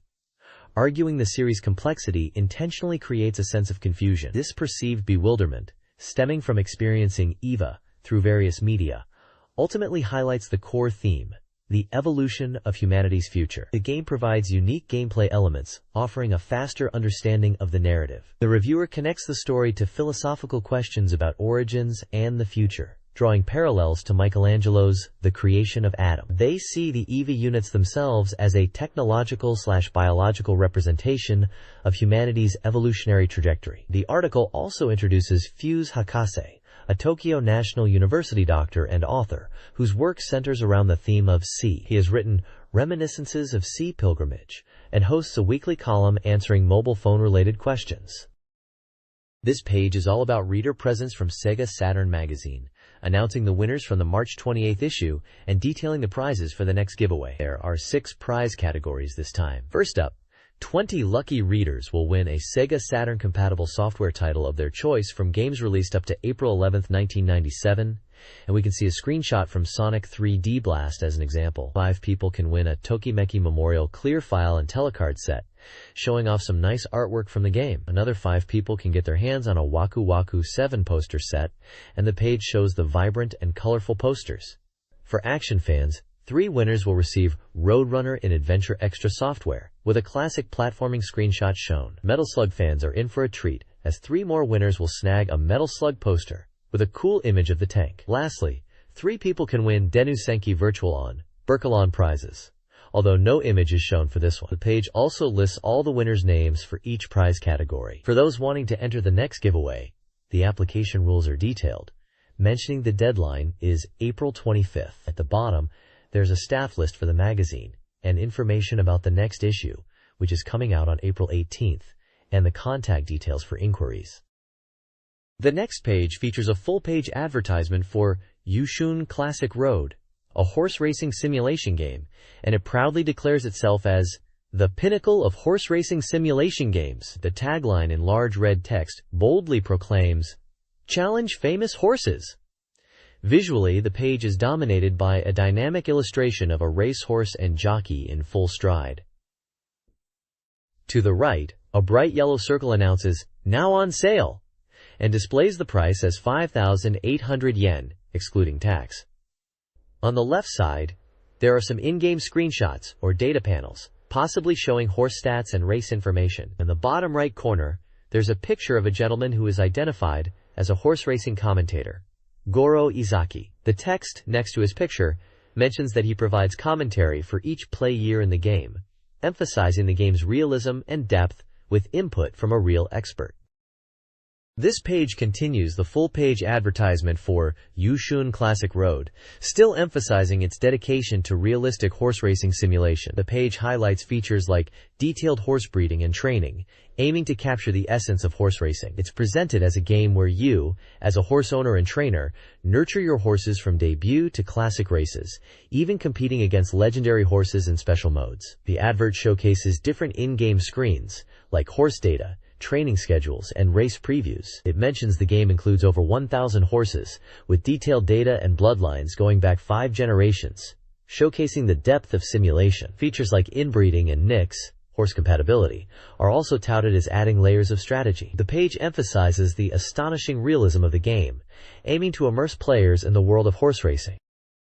This page is an advertisement for Command & Conquer on the SEGA Saturn, proclaiming, "This is cool!" It announces the release date as April 25th, Friday, and the price at 6,800 yen, highlighting it as a simulation game. The advert emphasizes the game's global acclaim, stating, "Awards received worldwide," the numerous honors it has received. It then lists a series of awards Command & Conquer has won, showcasing its critical success. These include multiple Game of the Year awards from various publications, several Strategy Game of the Year titles, and accolades like Editor's Choice Award and Developer's Spotlight Award. It also mentions awards from international events like Game of the Year ECTS Italy and Game of the Year ECTS Germany, concluding with the new Media Envision Award, Bronze Award. The page boldly claims Command & Conquer is the strongest strategy simulation in history, finally invading Saturn. It features screenshots of the game and the SEGA Saturn console and controller, reinforcing that this critically acclaimed strategy title is now available on the platform.